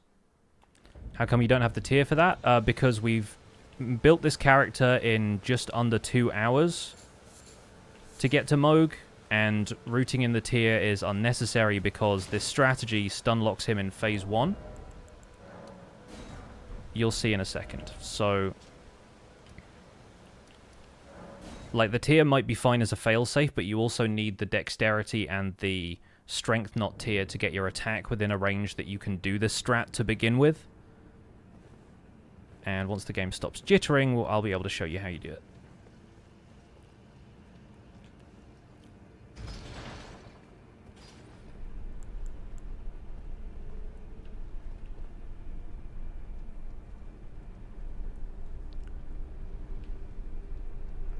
How did you die? If you don't have the context for Moog, he is an adherent of an outer god called the Formless Mother, and by stabbing his spear into the air like that, he's actually stabbing his spear into the invisible body of the Formless Mother, and it deals tremendous amounts of damage to you for some reason. That is about as much as I know about, like, the lore of Moog, but that's basically what happens, I suppose. Okay, so hopefully this should go a little bit better, depending on how he does his opening attack. We are two-handing, so that's fine. And he doesn't attack at all. Perfect. Alright. So we need to do 3 light attacks and a heavy. Walk around to his right, so we avoid that attack. Shackle him again. Deal 3 R1s and an R2 again. Walk around to the left. Do the weapon arts. And, oh god, I've screwed up the timing this time. Alright. Well, fortunately, we have 3 blood grease, so we can do it again. Yeah, that's a timing thing, but that should be fine. I think this is the hardest we've had it on stream when we've had this strategy, though. This time, at least, we can stake a Marika, because we have enough blood grease. Okay, everything prepared. Right. Like a voodoo doll? Kind of like a big invisible voodoo doll, yeah. Yeah, you got it. Okay, we are two-handing. Good, okay, cool.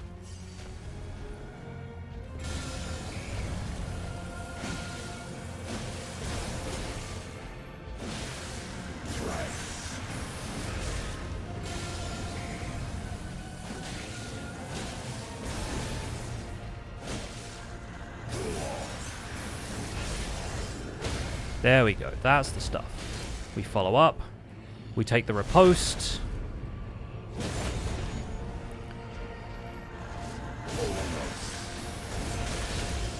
And then one more of these kills him. There we go. No need for the tier. He's dead. And then we also pop a gold pickled foulfoot, so we get a ton of extra runes.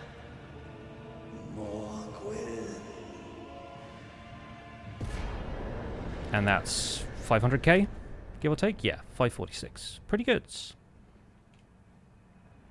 And that, my friends, is how you get to the DLC in about 2 hours.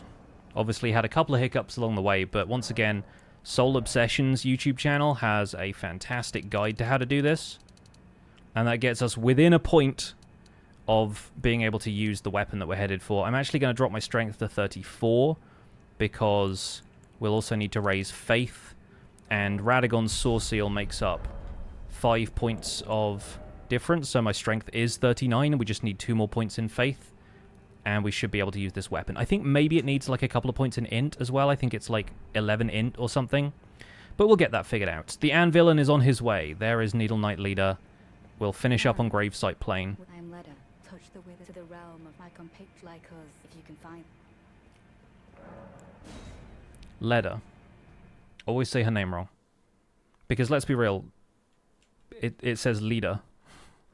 Like, it makes sense that she is the leader. But maybe that's why they decided to name her Leda, because it's a pun, or whatever.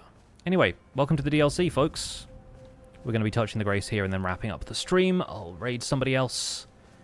And we'll be back on Tuesday to continue the Anvilin on his quest for the Anvil Hammer, which should not take too much longer at this point.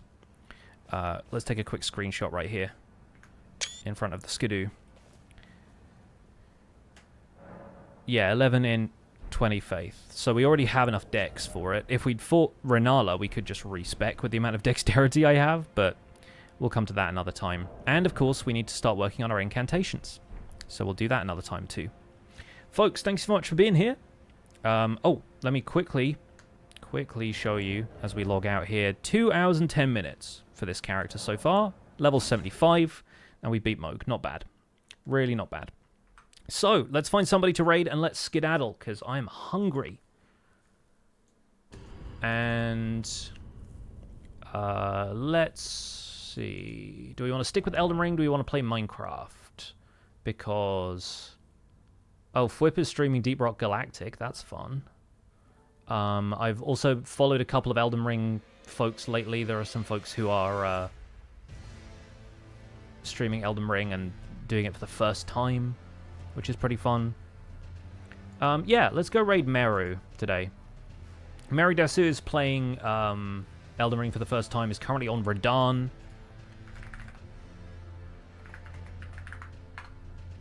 So you can go and give her my best. You can use your Pixel Hype emotes and the hashtag Pixel Raid to show some love. This is her first playthrough of Elden Ring, so no spoilers. Hypno not playing Elden Ring? No, he's playing Minecraft today. He's playing Skyvaults, I think. Alright, friends, I will see you again on Tuesday for another Minecraft Elden Ring doubleheader. Hope you'll have a great rest of your weekend, and I'll see you all soon. Take care. Bye for now.